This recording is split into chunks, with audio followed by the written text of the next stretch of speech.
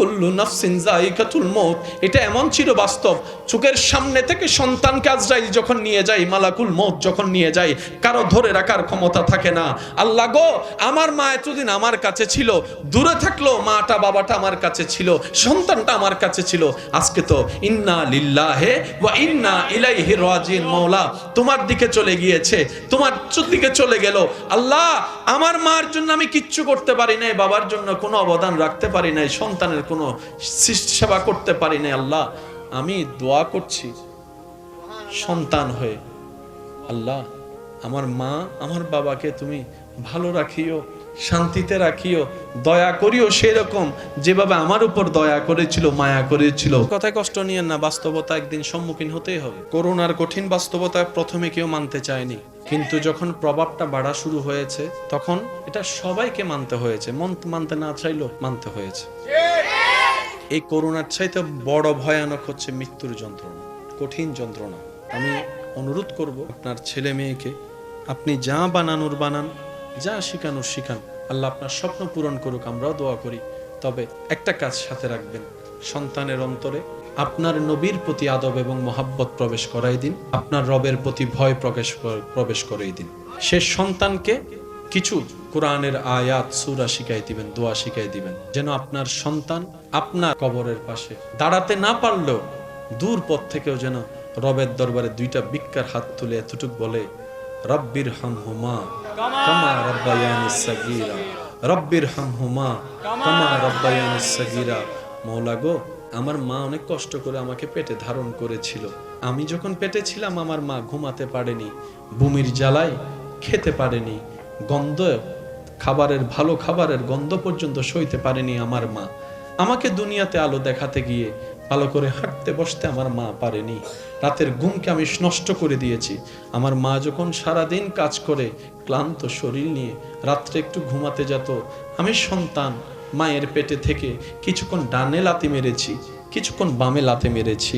আমার সে লাথির যন্ত্রণায় আমার মা ব্যথা পেলেও কখনো উ শব্দ করেনি। আমার বাবার ঘুমটা ভেঙে যাবে বলে, আমার দাদির ঘুম ভেঙে যাবে বলে, আমার নানির ঘুম ভেঙে যাবে বলে বুঝতে দেয়নি। আল্লাহ গো, আমার মার জন্য আমি যদি চামড়া দিয়ে জুতোও বানাই দিই, আমার মা বাবার হক আমি আদায় করতে পারবো না। কিন্তু আজকে তো আমি অপারগ, কারণ এমন বাস্তবতা, কুল্লু নাফসিন যায়িকাতুল মউত, এটা এমন ছিল বাস্তব। চোখের সামনে থেকে সন্তানকে আজরাইল যখন নিয়ে যায়, মালাকুল মউত যখন নিয়ে যায়, কারো ধরে রাখার ক্ষমতা থাকে না। আল্লাহ গো, আমার মা এতদিন আমার কাছে ছিল, দূরে থাকলো মাটা বাবাটা আমার কাছে ছিল, সন্তানটা আমার কাছে ছিল, আজকে তো ইন্না লিল্লাহি ওয়া ইন্না ইলাইহি রাজিউন। মওলা তোমার দিকে চলে গিয়েছে, তোমার দিকে চলে গেল। আল্লাহ, আমার মার জন্য আমি কিচ্ছু করতে পারি নাই, বাবার জন্য কোনো অবদান রাখতে পারি নাই, সন্তানের কোনো সেবা করতে পারি নাই। আল্লাহ, আমি দোয়া করছি সন্তান হয়ে, আল্লাহ আমার মা আমার বাবাকে তুমি ভালো রাখিও, শান্তিতে রাখিও, দয়া করিও সেরকম যেভাবে আমার উপর দয়া করেছিল, মায়া করেছিল ছোট্ট অবস্থায়। এদিকে সন্তানের হাত উঠবে, এদিকে রবের দয়া মুক্ত হবে, জাহান্নামী হলো আল্লাহ চাইলে দয়া করে জান্নাতি বানাই দিবে। আমাদের জীবনের বেশিরভাগ সময় নষ্ট হয়েছে শুধু অন্যের দোষ খুঁজতে, অন্যের দোষ ধরতে, অন্যের ভুল খুঁজতে খুঁজতে। আমাদের জীবনের অর্ধেক সময় নিজে যে কত বড় আসামি হয়ে বসে আছি, কত বড় পাপ রাজ্যের বাসিন্দা হয়ে বসে আছি, কত বড় পাপের গভীর সমুদ্রে আপনার আমার অবস্থান, কখনো তওবা করার ইচ্ছাটাও জাগেনি, তওবা করার কখনো সুযোগও হয়নি, কখনো অন্তর কেঁপে উঠেনি যে আমিও তো একদিন রবের দরবারে কাঠগড়ায় আটকাই যাব। আমার তো পায়ের তলা থেকে মাথার চুল পর্যন্ত গুনার গুনাহ, গুনার গুনাহ, গুনার গুনাহ। কাশ আমি যদি অন্যের পিছনে না লেগে নিজের দোষগুলাকে খুঁজে খুঁজে অন্তর নরম করে রবের কাছে তওবা করতাম, আমার জীবনটাই সুন্দর হয়ে যেত, আখিরাতটাও সুন্দর হয়ে যেত। সুবহানাল্লাহ।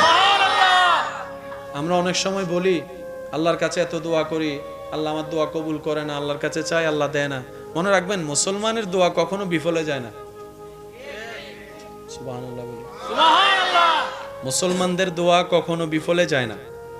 আপনি কোন একটা দোয়া করেছেন কার কাছে? আপনি আমি তো ভবিষ্যৎ জানি, তিনি তো সব জানেন। তখন আপনার আমার দোয়া চাইলে উনি দেয় না। ছোট বাচ্চা যদি আইফোন খুঁজে আপনি দিবেন? না। সামর্থ্য থাকলেও তো আপনি দিবেন না, কারণ সে এখন আইফোনের যোগ্য হয় না।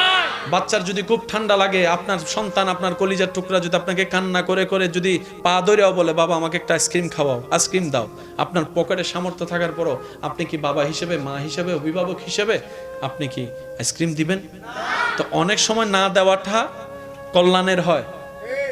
আমাদের কোনো চাওয়া যদি কবুল না হয়, বুঝবেন এখানে আমাদের জন্য কল্যাণ আর কল্যাণ আছে। সেজন্য আল্লাহ তাআলা আমাদেরকে দিচ্ছেন। হয়তো এখন কল্যাণ নয় তাই দিচ্ছে না, পরে দিবেন। আবার হয়তো আজীবনের জন্য কল্যাণ নয়, সেজন্যই দিচ্ছে না। আমরা অনেক সময় নিজের বিপদ নিজে ডাকি, কল্যাণ না যেন আল্লাহর কাছে চাইতে চাইতে চাইতে চাইতে চাইতে চাইতে একদম চোখের পানি সব শেষ, তখন আল্লাহ পাক বলে যাচ্ছে দদল। এই যে দেয় আমরা পাই, শেষ পর্যন্ত ওই মানুষটাই, ভালোবাসার প্রিয় মানুষটা একসময় বিষের মানুষ হয়ে যায়। তারপরে বলে যে তোরে বিয়া করে আমার জীবন। সেজন্য মসজিদে খুশি থাকতে হবে কার? আর একটু জোরে বলেন। আপনার আমার চাওয়ার ধরনটা হবে এমন, আল্লাহ আমার জন্য কি ভালো তুমি জানো, আমি আমার মনের চাওয়াকে গুরুত্ব দিচ্ছি না, আমি তোমার উপর ছেড়ে দিয়েছি। কারণ আমি জানি আমার সবচাইতে বড় ওয়াকিল তুমি আল্লাহ। আমার সব চাওয়া পাওয়া স্বপ্ন সবকিছু আমি তোমার মর্জির উপর ছেড়ে দিয়েছি। আল্লাহ তুমি আমাকে দান করিও, সেই দানটা আসা পর্যন্ত আমাকে একটু সবর করার মতো ধৈর্য ধারণ করার তৌফিক দিও। আর কখনো না পাওয়া থাকবে, কখনো অপূর্ণতা থাকবে। আমরা তো ওই নগদে চাইয়া ফেলি, এখন দিতে হবে। ঠিক। আমি কি বুঝাতে পারছি কথা? আল্লাহ তাআলা আমাদেরকে সবরওয়ালা বান্দা বানার তৌফিক দান করুন। আমিন। আল্লাহর মর্জিতে খুশি থাকার আল্লাহ সে তৌফিক আমাদের সবাইকে দান করুন। আমিন। মনে রাখবেন আল্লাহর সিদ্ধান্ত বড় হিকমতওয়ালা। আল্লাহর হিকমত, সিদ্ধান্ত বুঝার মতো জ্ঞান বুদ্ধি আপনি ঠান্ডা মাথায় খেয়াল করলে দেখবেন আল্লাহ ভাঙ্গা জিনিসগুলাকে দিয়ে খুব সুন্দর করে জোড়া লাগায়, নতুন ভাবে জীবন দেয়। যতক্ষণ পর্যন্ত মেঘ ভাঙে না, বৃষ্টি হয় না, যতক্ষণ পর্যন্ত বীজ ফাটে না, ততক্ষণ পর্যন্ত চারা হয় না। সেজন্য ভরসাটা কার উপর? নবীর প্রেম অন্তরে রেখে, আদব তাজিম অন্তরে রেখে আল্লাহর উপর চোখ বন্ধ করে বর্ষা। এতটুকু বলবেন আমার আল্লাহ আছে, আমার আল্লাহ যা সিদ্ধান্ত নিবে আমি সেই বান্দা হিসেবে সেটার উপর রাজি থাকবো, খুশি থাকবো। আল্লাহ বলে বান্দা তুই কোন রকম দুনিয়াতে আমার দেওয়া অল্পতে যদি খুশি থাকতে পারস, হাসরে তোর অল্প আমল আমি খুশি হয়ে যাব। তুই দুনিয়াতে আমার উপর রাজি থেকে আয়, অভিযোগ করিস না, আফসোস করিস না। দুনিয়াবি কোনো ব্যাপারে আমার উপর নারাজ দেখায় মাথা ফাটাইস না। তুই আমি রবের সিদ্ধান্ত থেকে কোন রকম খুশি থেকে তুই কবরে ঈমানটা নিয়ে আয়। তুই দুনিয়াতে আমার উপর খুশি থাকবি, আমি রব বিনা হিসাবে হাসরে তোর উপর খুশি হয়ে যাব। আর জান্নাত তার জন্যই যার উপর আমি রব খুশি হব। বলেন না সুবহানাল্লাহ। হাদিসের মধ্যে এসেছে অনেক দোয়া কবুল না হওয়ার কারণে যারা ধৈর্য ধারণ করেছে, রবের হিকমত বুঝার চেষ্টা করেছে, অপেক্ষা করেছে, তাদেরকে হাসরে নিয়ে যাওয়ার পরে আল্লাহ তাআলা ওই দোয়া কবুল না হওয়ার কারণে, ধৈর্য ধরার কারণে এমন পুরস্কার দিবেন, ওই ব্যক্তি পুরস্কার পেয়ে শুধু আফসোস করবে, ইস দুনিয়াতে আমার একটা দোয়া কবুল না হতো,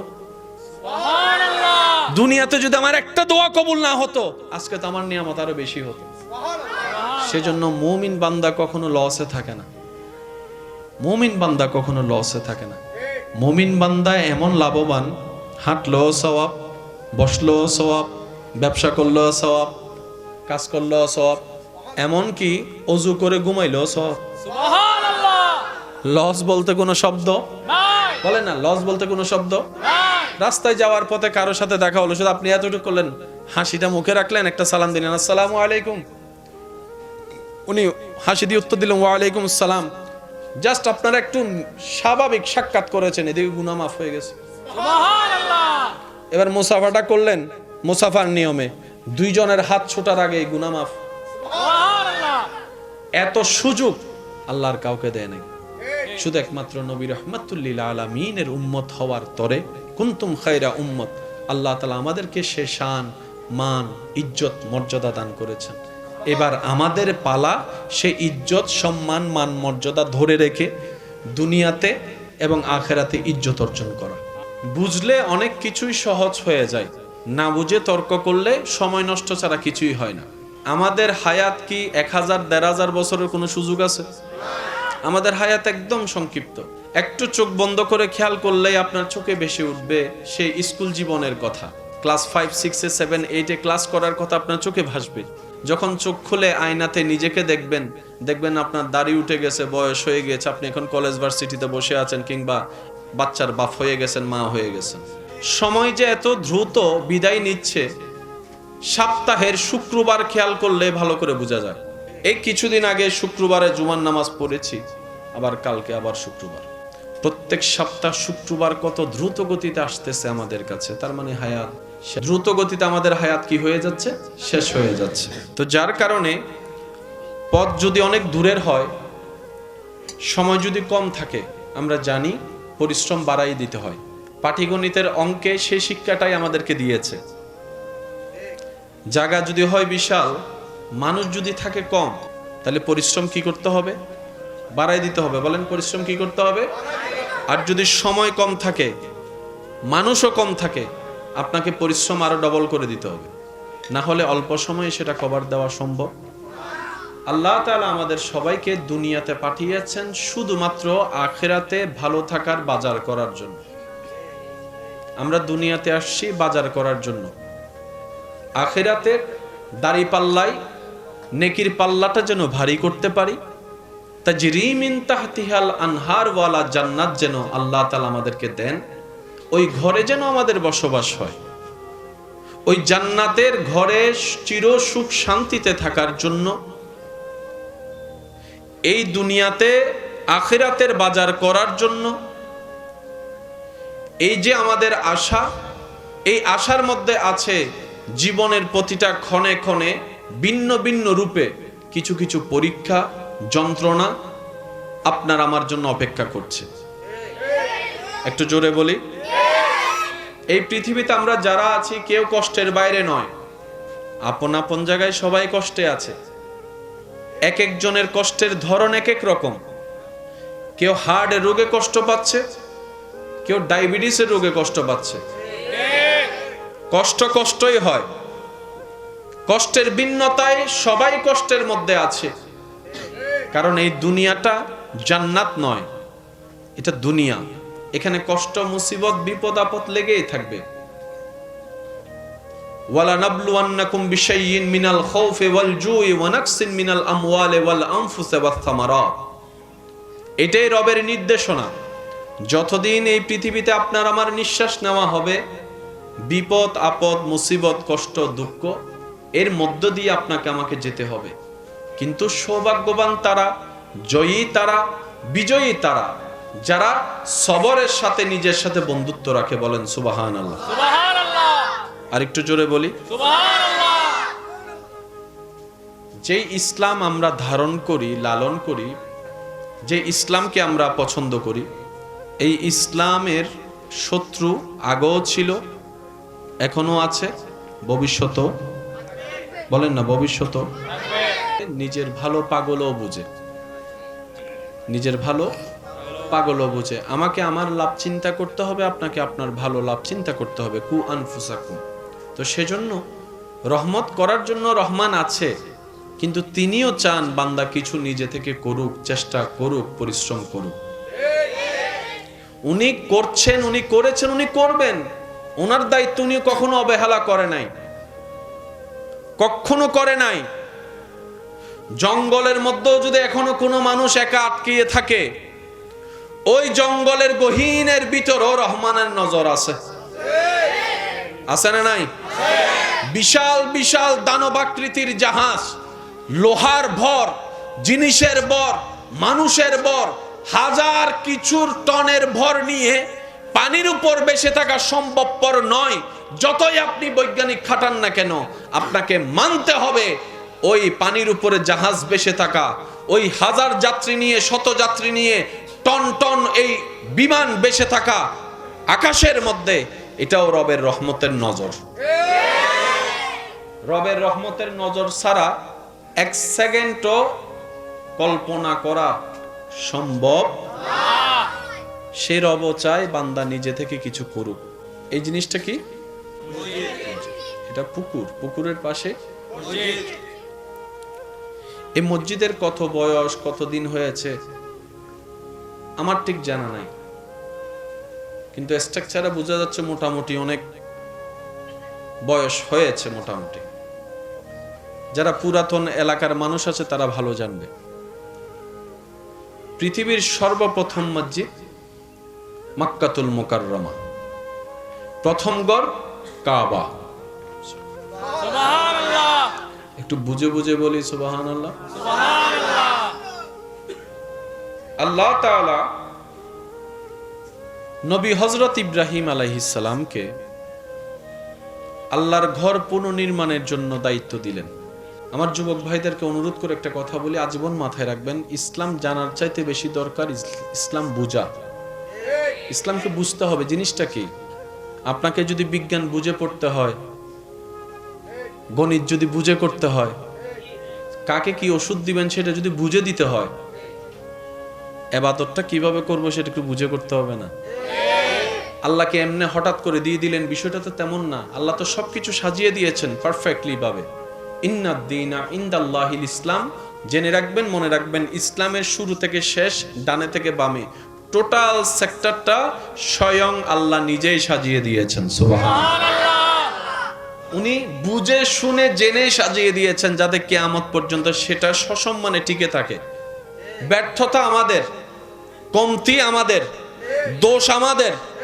আমরা যারা মুসলমান নাম ব্যবহার করে চলি, দোষ থাকলে আমাদের আছে, ভুল থাকলে আমাদের আছে, কমতি থাকলে আমাদের আছে। সব মুসলমান ভাই বোন আমার সাথে কথায় একমত হয়ে বলবেন, আমাদের ইসলামের মধ্যে বিন্দু পরিমাণ কোনো কমতি আছে শুধু আমাদের ভিতরে। ইসলাম জানার চাইতে বেশি দরকার কি? বুঝা। বলেন কি? বুঝা। আপনারা আমরা যখন মসজিদে গিয়ে নামাজ পড়ি তখন কাতার কি করতে হয়? একটু যদি রিপ্লাই দেন, কষ্ট না হয় আপনাদের, তাহলে আমার শুনতে ভালো লাগবে। সোজা করতে হয়। কি করতে হয়? সোজা করতে হয়। পৃথিবীর সব মসজিদ থেকে কিংবা মসজিদের বাহির থেকে যারা যেখানেই নামাজ পড়ে তারা কোন জিনিসটাকে সামনে রেখে নামাজ পড়ে? ইলা জিহাতিল কাবাতিশ শরীফাতে, ইলা জিহাতিল কাবাতিশ শরীফাতে। এদিকে যারা আছে মুখ এদিকে, এদিকে যারা আছে মুখ এদিকে, এদিকে যারা আছে এদিকে, ওদিকে যারা আছে এদিকে। শর্ত হচ্ছে একটাই, যেখান থেকে পড়ো কাবা যেন থাকে সামনে। সুবহানাল্লাহ। কাবা যেন থাকে, একটু জোরে বলেন, কাবা যেন থাকে সামনে। সামনে। কাবাকে যদি সামনে থেকে সরানো হয়, নামাজির নামাজ শেষ। বলে না নামাজির নামাজ, রুকুকারী রুকু, সিজদাকারী সিজদা শেষ, আগে কাবা। সারা বিশ্বে প্রত্যেকটা মসজিদে কিংবা যেখানে যায় বলে যে কাতার সোজা করুন, কিন্তু যে কাবাকে সামনে রেখে আপনার আমার নামাজ পড়া, যারা গিয়েছেন তারা দেখেছেন, যারা যাবেন তাদের দেখার সৌভাগ্য হবে। কাবা শরীফের সামনে যখন নামাজ আদায় করে তখন আর কাতার সোজা করে না। সুবহানাল্লাহ। একটু জোরে বলেন। সুবহানাল্লাহ। সব জায়গায় করে কি? সোজা। বলেন সব জায়গায় করে সোজা। কাঁধে কাঁধ মিলাই, সোজা। কিন্তু সেই কাবার সামনে গেলে সুবহানাল্লাহ। একটু জোরে বলেন, সুবহানাল্লাহ। আর একটু জোরে বলেন। সুবহানাল্লাহ। ইসলাম যে কত স্মুথ, কত ক্লিয়ার, কত সুন্দর। ইস, আমরা যদি একটু বোঝার চেষ্টা করতাম। আল্লাহ তাআলা ইব্রাহিম নবীকে দায়িত্ব দিলেন, তুমি আমার ঘরকে পুনর্নির্মাণ সুন্দর করে করো। এবার আপনারা একটু বলেন, কোন একটা কিছু বানাতে গেলে ইটের দরকার, একটু জোরে বলেন, লোহার দরকার, সিমেন্টের দরকার, মিস্ত্রির দরকার, তারপরে হেল্পারের দরকার, আছে। এগুলো জিনিস আনা নেওয়ার জন্য মানুষের দরকার। আছে। আল্লাহ যখন ইব্রাহিম নবীকে এই আদেশ দিচ্ছেন তখন মক্কা নগরীর আশেপাশে কোনো সিমেন্টের দোকান, লোহার দোকান, নাই। আরেকটু জোরে। নাই পাথরের দোকান। নাই ইব্রাহিম নবী বলে, আল্লাহ আপনি হুকুম দিয়েছেন, এখানে আর কোনো কথা নাই। কারণ বান্দার কাজ রবের খুশিতে নিজেকে খুশি রাখা। নিজের খুশিতে নিজে খুশি থাকা এটা বান্দা নয়। রবের হুকুমে, রবের ইচ্ছায়, রবের খুশিকে প্রাধান্য দিয়ে যে নিজে খুশি থাকতে পারে সেই হচ্ছে আব্দে সোয়ালে, নেককার বান্দা। সুবহানাল্লাহ। সুবহানাল্লাহ। যেটা আমরা এখনো পর্যন্ত পরিপূর্ণভাবে কেউ হতে পারি। নাই যারা হয়েছেন তারা সৌভাগ্যবান, সৌভাগ্যবান। ইব্রাহিম নবী বললেন, আল্লাহ আপনার হুকুম তো আমি মানতে রাজি, ডিউটি করতে রাজি। আল্লাহ জিনিস তো দরকার। রব বলে যে হুকুম যেহেতু আমি দিয়েছি, জিনিসের ব্যবস্থাও আমি করে দিব। সচক্ষে কাবা দেখেছেন এমন কেউ এখানে আছেন? যারা হাত তুলেন, সমস্যা নেই। কাবা দেখেছেন, দেখেছেন, দেখেছেন, মাশাআল্লাহ। এবার হাত নামান। পৃথিবীর পাথরে রোদের আলো পড়লে তাপ বেড়ে যায়, তাপ যায় হাঁটা যায় না, হাঁটা যায় না অনেকে শুক্রবার এখানে নামাজ পড়তে গেলে গরম হয়ে যায়। ঠিক অনেক সময় মুসল্লি এখানে চলে আসে না, জি চলে আসে। কিন্তু কাবা শরীফের সাথে লাগা ওই পাথর মোবারক গুলা হাজার গরম রোদের ভিতরও কখনো গরম হয় না। এই পাথর থেকে এমন একটা ঘ্রাণ বের হয়, যার নাক একবার লেগেছে ওনাকে একটু জিজ্ঞেস করবেন। মানুষ ধাক্কাধাক্কি পছন্দ করে না, মানুষ চাপাচাপি পছন্দ করে না, মানুষ অন্যের ঘামের সাথে লাগা পছন্দ করে না, মানুষ ব্যথা পাওয়া পছন্দ করে না। কিন্তু আশেকের চোখের সামনে যখন ওই কাবা চলে আসে, তখন আর এই খবর থাকে না। হাজার মানুষের ভিতরও প্রতিযোগিতায় লেগে যায়, কাশ এই হাত দিয়ে যদি একবার কাবা ধরতে পারতাম। সুবহানাল্লাহ। কাশ এই হাতের স্পর্শ যদি একটু কাবা ধরতে পারতাম, গিলাফ ধরতে পারতাম। পিছন থেকে হাজার চাপ আসলো, বুক ভেঙে যাওয়ার চেষ্টা থাকলো, মানুষ কাবায় যখন একবার বুক লাগাই দেয় সেখান থেকে আর ছুটতে চায় না, বলে যে মরলে মরে যাব। সুবহানাল্লাহ। কাবার আশেপাশে কোনো সিমেন্টের দোকান, লোহার দোকান? ইব্রাহিম নবীকে আল্লাহ পাক বললেন, ইব্রাহিম যা দরকার আমি দিচ্ছি। আল্লাহ তাআলা যা যা দেওয়ার সব দিলেন। এবার বলেন জিনিস আছে না নাই? মিস্ত্রি, মিস্ত্রির কাজ করার জন্য একজন কি দরকার? কারণ আশেপাশে তো কোনো মানুষজন। ইব্রাহিম নবী বললেন, আল্লাহ হেল্পার তো একজন লাগে, হেল্পার কই পাবো? রব বলে যে তোমার থেকে তুমি বাছাই করে নাও, তোমার সন্তান তো দুইটা আছে, একজন বাছাই করো। ইব্রাহিম নবী সেই দিন হেল্পার হিসেবে, সহযোগী হিসেবে বাছাই করলেন নবী হযরত ইসমাঈল আলাইহিস সালামকে। মনে রাখবেন, প্রত্যেকটা ঘটনার পিছনেও ঘটনা থাকে, রহস্য ছাড়া কিচ্ছু হয় না। আজকে যে ঘটনাটা আপনার চোখের সামনে ঘটতেছে, মনে রাখবেন এটার পিছনে একটা ইতিহাস আছে। কথা বলেন। আপনি দেখলেন মা বাবা সন্তানকে জুতা দিয়ে পিটাচ্ছে, এটা হচ্ছে বর্তমান। কি এমন ঘটনা ঘটাইলো যে মানলো, আগে সেটাও তো দেখতে হবে। কথা কি বুঝে যাচ্ছে? আল্লাহ তাআলা যখন দিলেন সবকিছু, ইব্রাহিম নবী বানানো শুরু করলেন। এবার আমার যুবক ভাইরা একটু আমাকে রিপ্লাই দিবেন, আপনারা যা জানেন যেটাই আপনারা বলবেন আমি সেটা নিয়ে আগাবো। মসজিদের একটা ফাউন্ডেশন আছে, বলেন ফাউন্ডেশন আছে। ফাউন্ডেশন আপনি কত তালা তুলবেন সেটার উপর নির্ভর করে ফাউন্ডেশন দিতে হয়। যদি 6 তালার ফাউন্ডেশন দেন, আপনি বানাবেন কয় তালা? 5 তালা। 1 তালার লোডটা আপনি সেফ রাখবেন যাতে ওভারলোড না হয়। পৃথিবীর বুকে যত স্থাপনা বানানো হচ্ছে, যত বড় বড় সেতু বানানো হচ্ছে, যত বেশি বেশি বড় বড় স্ট্রাকচার বানানো হচ্ছে, সবকিছুর মেয়াদ হচ্ছে কত বছর? এই তো মাশাআল্লাহ বলেন 100 বছর। 100 বছর পরে সেটা আর মেয়াদে থাকে না। যা টিকলো টিকলো, যা টিকে না নাই। হালুগাডোর বিরিছে জুজলের, কিন্তু মেয়াদ নাই। বলেন না মেয়াদ নাই। সলাদ দে না, সলাদ দে ইবিল্লে দে, ঠিক না? মনে রাখবেন, জেনে রাখবেন, কাবা এমন একটি ঘর যেখানে কোনো ফাউন্ডেশন নাই।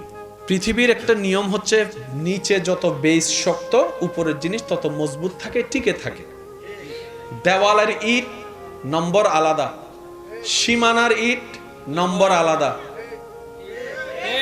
বলেন না রে ভাই? এমনি সীমানার মধ্যে 3 নম্বর ইট দিও, রাস্তার মধ্যে 1 নম্বরের জায়গায় 3 নম্বর দিও, কিন্তু নিজের ঘরে যেটা দেওয়াল দেয় 1 নাম্বার। বলেন না কয় নাম্বার? 1 নাম্বার। টাইম কয় বছর? 100 বছর। বলেন টাইম কয় বছর? 100 বছর। মজবুত স্থাপনা যদি হয় টাইম 100 বছর। এটাই হচ্ছে ইঞ্জিনিয়ারদের পরামর্শ। ভূমিকম্প যত আসে তত আপনার সেই স্থাপনা দুর্বল হতে থাকে। সেজন্য জাপানি ঘরচার আলাদা। বাংলাদেশও এখন ভূমিকম্পের মাত্রা বেড়ে যাচ্ছে, সেজন্য বারবার শোনা হচ্ছে রাজধানী ঢাকার মধ্যে বেশিরভাগ ঘর এখন রিস্কের মধ্যে পড়ে আছে। বানানোর সময় বানায় ফেলেছে, এই ভূমিকম্পের কথা চিন্তা করে নাই। আগে ভূমিকম্প হতো 3 মাত্রা 4 মাত্রা, এখন হয় 5 6 7 মাত্রা 8 মাত্রা। দিন দিন রিস্ক বেড়ে যাচ্ছে। এই পৃথিবীর বুকে কত হাজার ভূমিকম্প হয়েছে, কত কিছুর পরিবর্তন হয়েছে, হাজার হাজার বছর চলে গিয়েছে, কাবা এখনো আপন জায়গায় সসম্মানে দাঁড়িয়ে আছে। সুবহানাল্লাহ। আরেকটু জোরে। সুবহানাল্লাহ। নিচে কোনো ফাউন্ডেশন নাই। কাবার মধ্যে কোনো রড। নাই। সুবহানাল্লাহ। আরেকটু জোরে। সুবহানাল্লাহ। ইব্রাহিম নবী আল্লাহর হুকুমে কাজ শুরু করলেন। সব দিয়েছেন কে? আল্লাহ দিয়েছেন। এবার আপনারা একটু সিদ্ধান্ত নিয়ে বলেন, বানানো আগে নাকি ডিজাইন আগে? ডিজাইন আগে। মিস্ত্রিকে আগে কি দেন? ডিজাইন। জোরে বলেন, মিস্ত্রিকে কি দেন? ডিজাইন। ডিজাইন দেওয়ার পরেই তো বানানো। ঠিক। না হলে এদিকে জানালা হলো কেন, এদিকে বাইরে হইলে কেন? এটা ডিজাইন অনুযায়ী হয়েছে। তো মিস্ত্রি যেহেতু ইব্রাহিম নবী কাজ করতেছেন, ডিজাইন লাগবে না? এমনি তো বানালে হবে না। ইব্রাহিম নবী বললেন, আল্লাহ মিস্ত্রিও প্রস্তুত, জিনিসও প্রস্তুত, একটা ডিজাইন তো লাগবে। আল্লাহ ডিজাইন। রব্বুল আলামিন বলে, ওই যে দেখেছো তুমি সপ্তম আসমানে বাইতুল মামুর, পৃথিবীর মধ্যবিন্দু বলা হয় কাবাকে। আমার যুবক ভাইরা একটু মনে রাখবেন, ঈশা পৃথিবীকে যদি ম্যাপ করা হয় চতুর্দিকে ঠিক নাবি কাবা, সুবহানাল্লাহ। ঠিক কাবা বরাবর উপরে হচ্ছে বাইতুল মামুর। কাবা হচ্ছে মানুষের তাওয়াফের জায়গা, বাইতুল মামুর হচ্ছে ফেরেশতাদের তাওয়াফের জায়গা। সুবহানাল্লাহ। কাবা ইব্রাহিম নবী আল্লাহর দেওয়া সিস্টেমে বানানো শুরু করলেন। এবার হাত যতটুক যায় ততটুকু কেন তুলবে, এর উপরে যদি তুলতে হয় লাগবে কি সিঁড়ি, না হয় কেরাং, যা যা লাগে আর কি। ওখানে সিঁড়ি, ওখানে সিঁড়ি, গাড়ি, কেরাং, লিফট। এবার ইব্রাহিম নবী বলে, আল্লাহ আমি এখন কি করব? রব বলে যে টেনশনের দরকার নাই, আমি আল্লাহ তোমার জন্য জান্নাতি একটা লিফট পাঠাই দিচ্ছি। সুবহানাল্লাহ। পৃথিবীর সর্বপ্রথম লিফট, সুবহানাল্লাহ।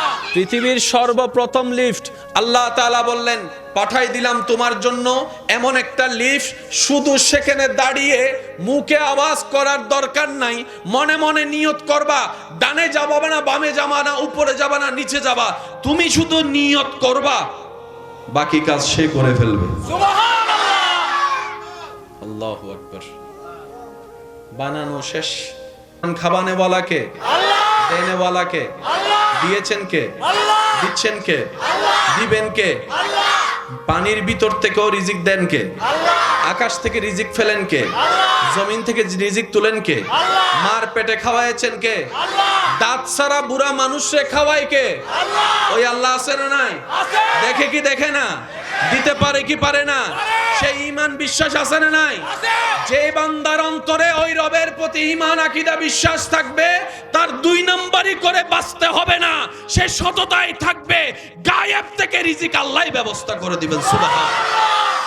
বানানো বাকি যা আছে। ইব্রাহিম নবী বললেন, আল্লাহ এগুলো আমি এখন কি করব? রব্বুল আলামিন বললেন, বন্ধু ইব্রাহিম যা আছে সব আকাশের দিকে ছুটে মারো। আরেকটু জোরে। সুবহানাল্লাহ। সব আকাশের দিকে মারো। মানুষ ঘর বানার আগে জায়গা কিনতে হয়, জায়গা কিনে নাম রেজিস্ট্রি করতে হয়, নাম রেজিস্ট্রি করে আবার নাম জারি করতে হয়, না হয় ঘর বানলে সমস্যা হবে। কিন্তু মসজিদ যেখানে হবে দেখবেন আগে বলে যে ওয়াকফ কর, জায়গা যার নামে ওয়াকফ কর। ওয়াকফ মানে বাংলা হতা ইদ্দুর বুঝুন, আর মালিকানা আজিয়তুন আর বংশধরের মালিকানা দাবি সাওয়া। ওয়াকফ মানে আল্লাহ আরে দিয়ে আয় আল্লাহর নামে দিফে আল্লাহ। প্রত্যেকটা ঘরের সামনে বেল আছে না নাই? মসজিদের সামনে দরজা আছে কিন্তু বেল। আরো জোরে, আরো জোরে। আল্লাহ আমাদেরকে বুঝার তৌফিক দান করুন। ওই কণা যেখানে পড়েছে আল্লাহর ঘর। এবার আল্লাহ ইব্রাহিম নবী কে দুনিয়াতে পাঠালেন কি ঘর বানানোর জন্য নাকি ইসলাম প্রচারের জন্য? তাহলে ওনার ডিউটি হচ্ছে যে ইসলাম প্রচার করা, কিন্তু আল্লাহ পাক দিয়েছেন এমন একটা কাজ যেটা ওনার নবুয়তের কাজের মধ্যে পড়ে না। এবার ইব্রাহিম নবী বললেন, আল্লাহ ওভার টাইম যেহেতু করছি বেতন দাও। এগুলো প্রেমের ভাষা, প্রেমের ভাষা। ইব্রাহিম নবী বলে যে আল্লাহ আমাকে বেতন দাও, আমার কাজ তো এটা না, তুমি বলেছো আমি করেছি, মালিক হুকুম করেছো গোলাম কাজ করেছি, কিন্তু পারিশ্রমিক বলে তো একটা শব্দ আছে, পারিশ্রমিক দাও। একটু মনোযোগ, কি সৌভাগ্য আমাদের, একটু পরে বুঝতে পারবেন। আল্লাহ পাক বললেন, ইব্রাহিম বেতন হিসেবে কি চাও? যা চাইবা তা দেব, বলো। পাহাড় তিনটাকে স্বর্ণ বানাই দিব? ইব্রাহিম বলে যে না আল্লাহ, আমার স্বর্ণের পাহাড় লাগবে না। সাগরকে তোমার জন্য হীরা বানাই দিব? আল্লাহ পাক যখন বললেন, ইব্রাহিম বলে যে না আল্লাহ, আমার হীরার সাগর লাগবে না। সন্তানকে আরো বাড়িয়ে দিব? ইব্রাহিম নবী বললেন, আল্লাহ আমার সন্তান আর লাগবে না। আল্লাহ পাক বললেন, তোমার সুস্থতা হায়াত বাড়িয়ে দিব? ইব্রাহিম নবী বলে যে আল্লাহ আমার সেটাও লাগবে না। আল্লাহ পাক বললেন, জান্নাতে তোমার জন্য ঘর আরো 3টা বরাদ্দ করে দিব? ইব্রাহিম নবী বলে যে আল্লাহ আমার সেটা লাগবে না। তা আল্লাহ পাক বলে, ইব্রাহিম চাও কি বন্ধু আমার, বলো তুমি কি চাও? এই যে পরিশ্রম করলা বেতন হিসেবে কি চাও? তোমার কি লাগবে বলো আমাকে, তোমার কি লাগবে বলো। আমি সেই দিনের সেই চিত্রটা কোরআনুল কারীমে এইভাবে উঠে এসেছে। ইব্রাহিম নবী আল্লাহকে বলে, আল্লাহ রব্বানা ওয়াবআস ফীহিম রাসূলাম। সুবহানাল্লাহ বলতে থাকি। ইব্রাহিম নবী দোয়ার মধ্যে বলছেন, রব্বানা ওয়াবআস ফীহিম রাসূলাম। আল্লাহ গো, তোমার ভান্ডারে জমানো দুনিয়ার জন্য আসা ওই রকম রসুলদের ভিতরে দামি রসুলটা কাউকে দিও না, আমি ইব্রাহিমকে দাও, আমি ইব্রাহিমকে দাও, আমি ইব্রাহিমকে দাও। আল্লাহ তাআলা বলে, ইব্রাহিম গো, লিস্টির মধ্যে রসুলের ভিতরে মূসার মতো রসুলও আছে যিনি কালিমুল্লাহ, ঈসার মতো রসুলও আছে যিনি রূহুল্লাহ, দাউদের মতো রসুলও আছে যিনি খলিফাতুল্লাহ। ও ইব্রাহিম, তোমার কোনটা লাগবে? ইব্রাহিম নবী বলে, আল্লাহ সব রসুলের সম্মানিত, কিন্তু আমি ওগুলাকে চাই না। যিনি নবীদের নবী হবে, রসুলের রসুল হবে, ইমামুল আম্বিয়া হবে, তোমার বন্ধু হবে, তোমার মাহবুব হবে, তোমার হাবিবুল্লাহ হবে। রাসূলাম আত-তানবীর লিত-তাযীম, রাসূল জগতে সবচাইতে দামি রাসূল কাউকে দিতে পারবে না, আল্লাহ আমার বংশে দিতে হবে। সুবহানাল্লাহ। ওই দিন ওই দোয়া আল্লাহ কবুল করে আমাদের নবীকে ইব্রাহিম নবীর বংশে আসার জন্য আল্লাহ তাআলা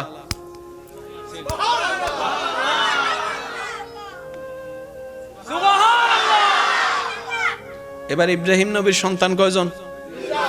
একজন ইসমাইল নবী, একজন ইসহাক নবী। আসলে তো দুজনের একজনের মাধ্যমে আসতে হবে। যুবকরা আওয়াজ দিয়ে বলেন, দুইজনেই তো দাবিদার। কারণ চেয়েছেন ইব্রাহিম নবী, পেয়েছেন ইব্রাহিম নবী, দুজন এসেছেন ইব্রাহিম নবী থেকে, দুজনে তো হকদার। এবার আল্লাহ পাক বলে, ইসহাককে দিব না, ইসমাইলকে দিব। আল্লাহ কেন? বলে যে তুমি দোয়া করার সময় ইসমাইল তোমার পাশে ছিল, কাবা নির্মাণের সময় ইসমাইল তোমার পাশে ছিল, খেদমতের সময় ইসমাইল তোমার পাশে ছিল। সেজন্যই তো বলা হয় সৎসঙ্গ থাকাটা ভাগ্যের লক্ষণ। যখন আল্লাহ নেককারকে ক্ষমা করে, নেককার পাশে থাকলে বদকারও মাপ পেয়ে যায়। সুবহানাল্লাহ। ইসমাইল যেহেতু পাশে, ইসমাইলের বংশে দিয়ে আমি আল্লাহ সেজন্য ইসমাইল নবী থেকে শুরু করে আমাদের নবী পর্যন্ত অনেকজন এসেছে পৃথিবীতে, কিন্তু একজনও নবী আসে নাই।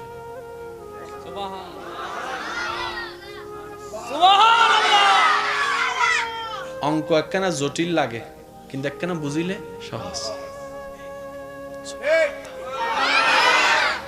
দোয়া করেছেন নবী ইব্রাহিম আলাইহিস সালাম, ওনার সন্তান ইসমাইল আলাইহিস সালাম। কার জন্য? আমাদের নবীকে পাওয়ার জন্য। আমাদের নবীকে আল্লাহ পাঠিয়েছেন সে বংশে যে বংশের পূর্বপুরুষে আছেন হযরত ইসমাইল হয়ে ইব্রাহিম নবী। তো ইসমাইল নবী থেকে আমাদের নবী পর্যন্ত মাঝখানে কেউ আসে নাই, অনেকজন আসছে, বান্দা এসেছে, নবী আসে নাই। শুধু একজন এসেছে, হায় হায় হায় সুবহানাল্লাহ। ইসমাইল নবীর বংশে একটা মাত্র নবী এসেছে, এই একজনেই সবার উপর বাড়ি। ঈসা নবী এসেছেন ইসহাক নবীর বংশে, মুসা নবী এসেছেন ইসহাক নবীর বংশে, আরো ইসহাক নবী থেকে শুরু করে ঈসা নবী থেকে শুরু করে ইসহাক নবী পর্যন্ত অনেক নবী, অনেকজন এসেছেন, অনেকজন এসেছেন। অনেক সময় একই সময় দুইজনও এসেছেন, দুইজনও ছিলেন, কিন্তু ইসমাইল নবী থেকে আমাদের নবী পর্যন্ত কোন নবী রাসূলকে আল্লাহ পাঠায় নাই। ওই ভাইয়ের বংশে পাঠাচ্ছে পাঠাচ্ছে পাঠাচ্ছে পাঠাচ্ছে। ইসমাইল নবী বলে, আল্লাহ আমার বংশে দিয়ে কাউকে পাঠাবা না, আমার ভাইয়ের বংশ থেকে সব, এদিকে নবী ওদিকে নবী, এদিকে রসুল ওদিকে নবী, এদিকে কিতাবওয়ালা ওদিকে সহিফাওয়ালা ওদিকে মুআজিজাওয়ালা। আল্লাহ আমার বংশ তো আঁধার হয়ে যাচ্ছে, আমার বংশ আঁধার হয়ে যাচ্ছে। আল্লাহ পাক বলে, ইসমাইল সবর করো, এমন একজনকে পাঠাবো,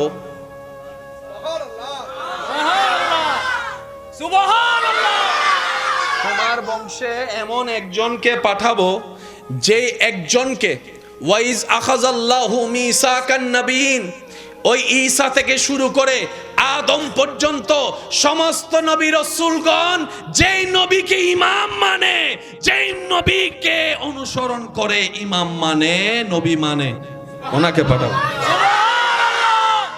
ভাগ্য গুণে সেই নবীর উম্মতের খাতায় আপনার আর আমার মতো গুনাহগারের নাম লেখা। ওলামায়ে কেরামের দোয়া নিয়ে আমি অধম অযোগ্য একটা কথা আপনাদের সামনে রাখতে চাই, আশা করি আপনারাও একমত হবেন। জান্নাত সবারই চাওয়া, কিন্তু পাওয়ার ক্ষেত্রে যদি অগ্রাধিকার এবং সবচেয়ে সহজ সুযোগ আপনি তালাশ করেন, আপনি দেখবেন আল্লাহ তাআলা জান্নাত পাওয়ার ক্ষেত্রে সবচাইতে ইজি এবং সহজ করে দিয়েছেন নবী রাহমাতুল লিল আলামিনের উম্মতকে।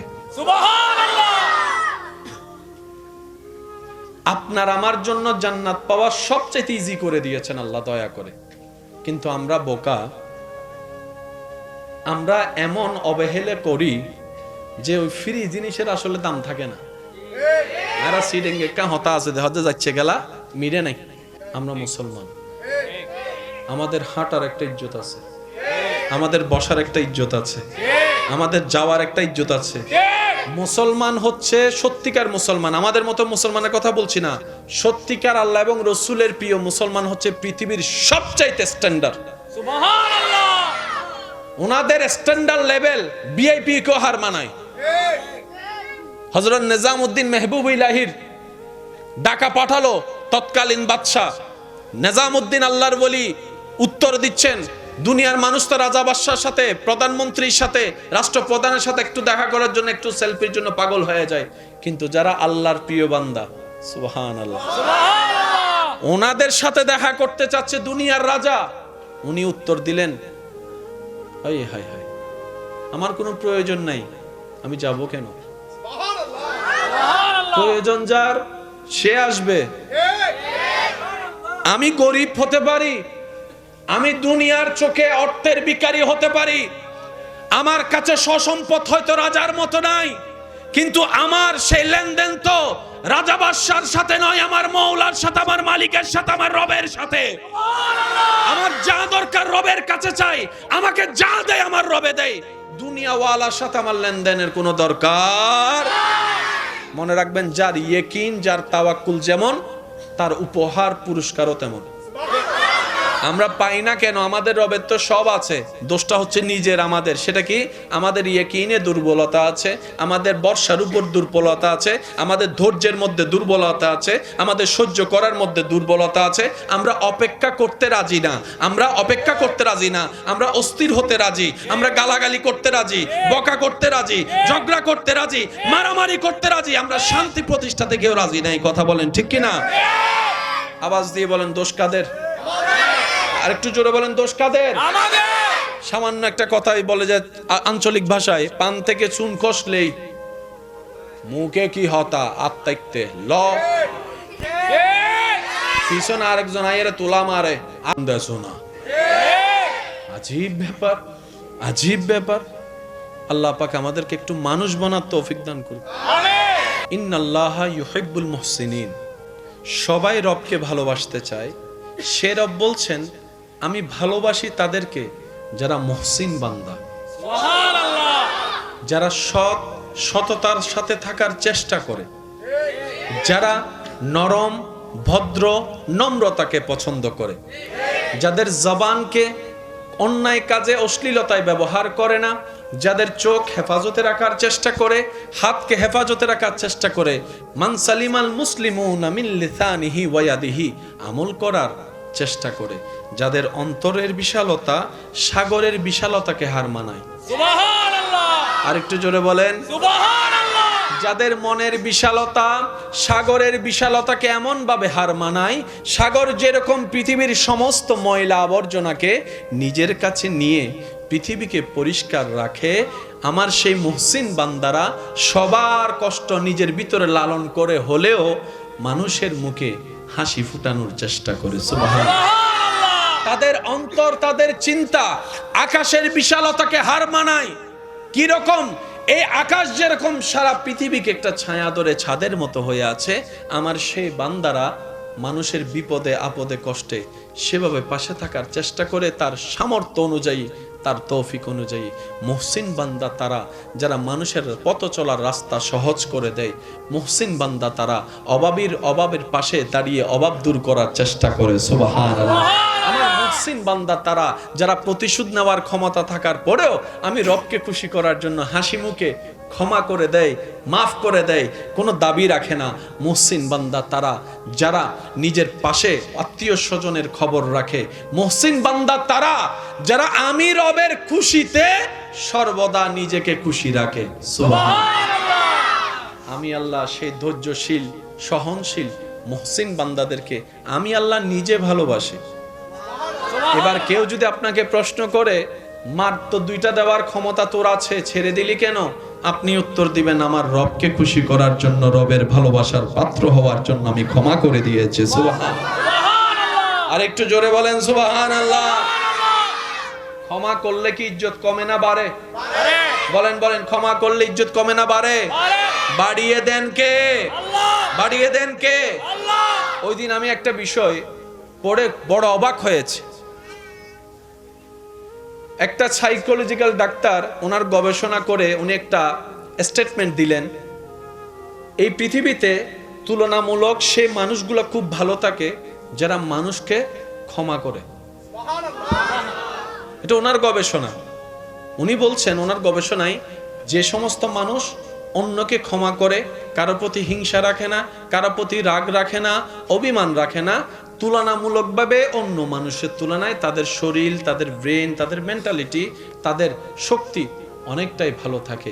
উনি গবেষণা করে পরামর্শ দিলেন, ক্ষমা করে দাও যদি সুস্থ থাকতে চাও। হিংসা করিও না, কারো অন্তরে হিংসা রাখিও না, কারো প্রতি অন্তরে। ক্ষমা করে দাও, ছেড়ে দাও, লোভ ছেড়ে দাও, অহংকার ছেড়ে দাও, আমিত্ব ছেড়ে দাও যদি ভালো থাকতে চাও। একই পরামর্শ 1450 বছর আগে নবী রহমতুল্লিল আলামিন আমাদেরকে দিয়েছেন। সুবহানাল্লাহ। আমার ভাইরা সর্বদা মাথায় রাখবেন, এই দুনিয়াতে সবাই জিততে চায়, কেউ হারতে চায় না। আমরা জিতে মনে করি গোল্ডেন এ প্লাস পাইছি, জিতে গেছি।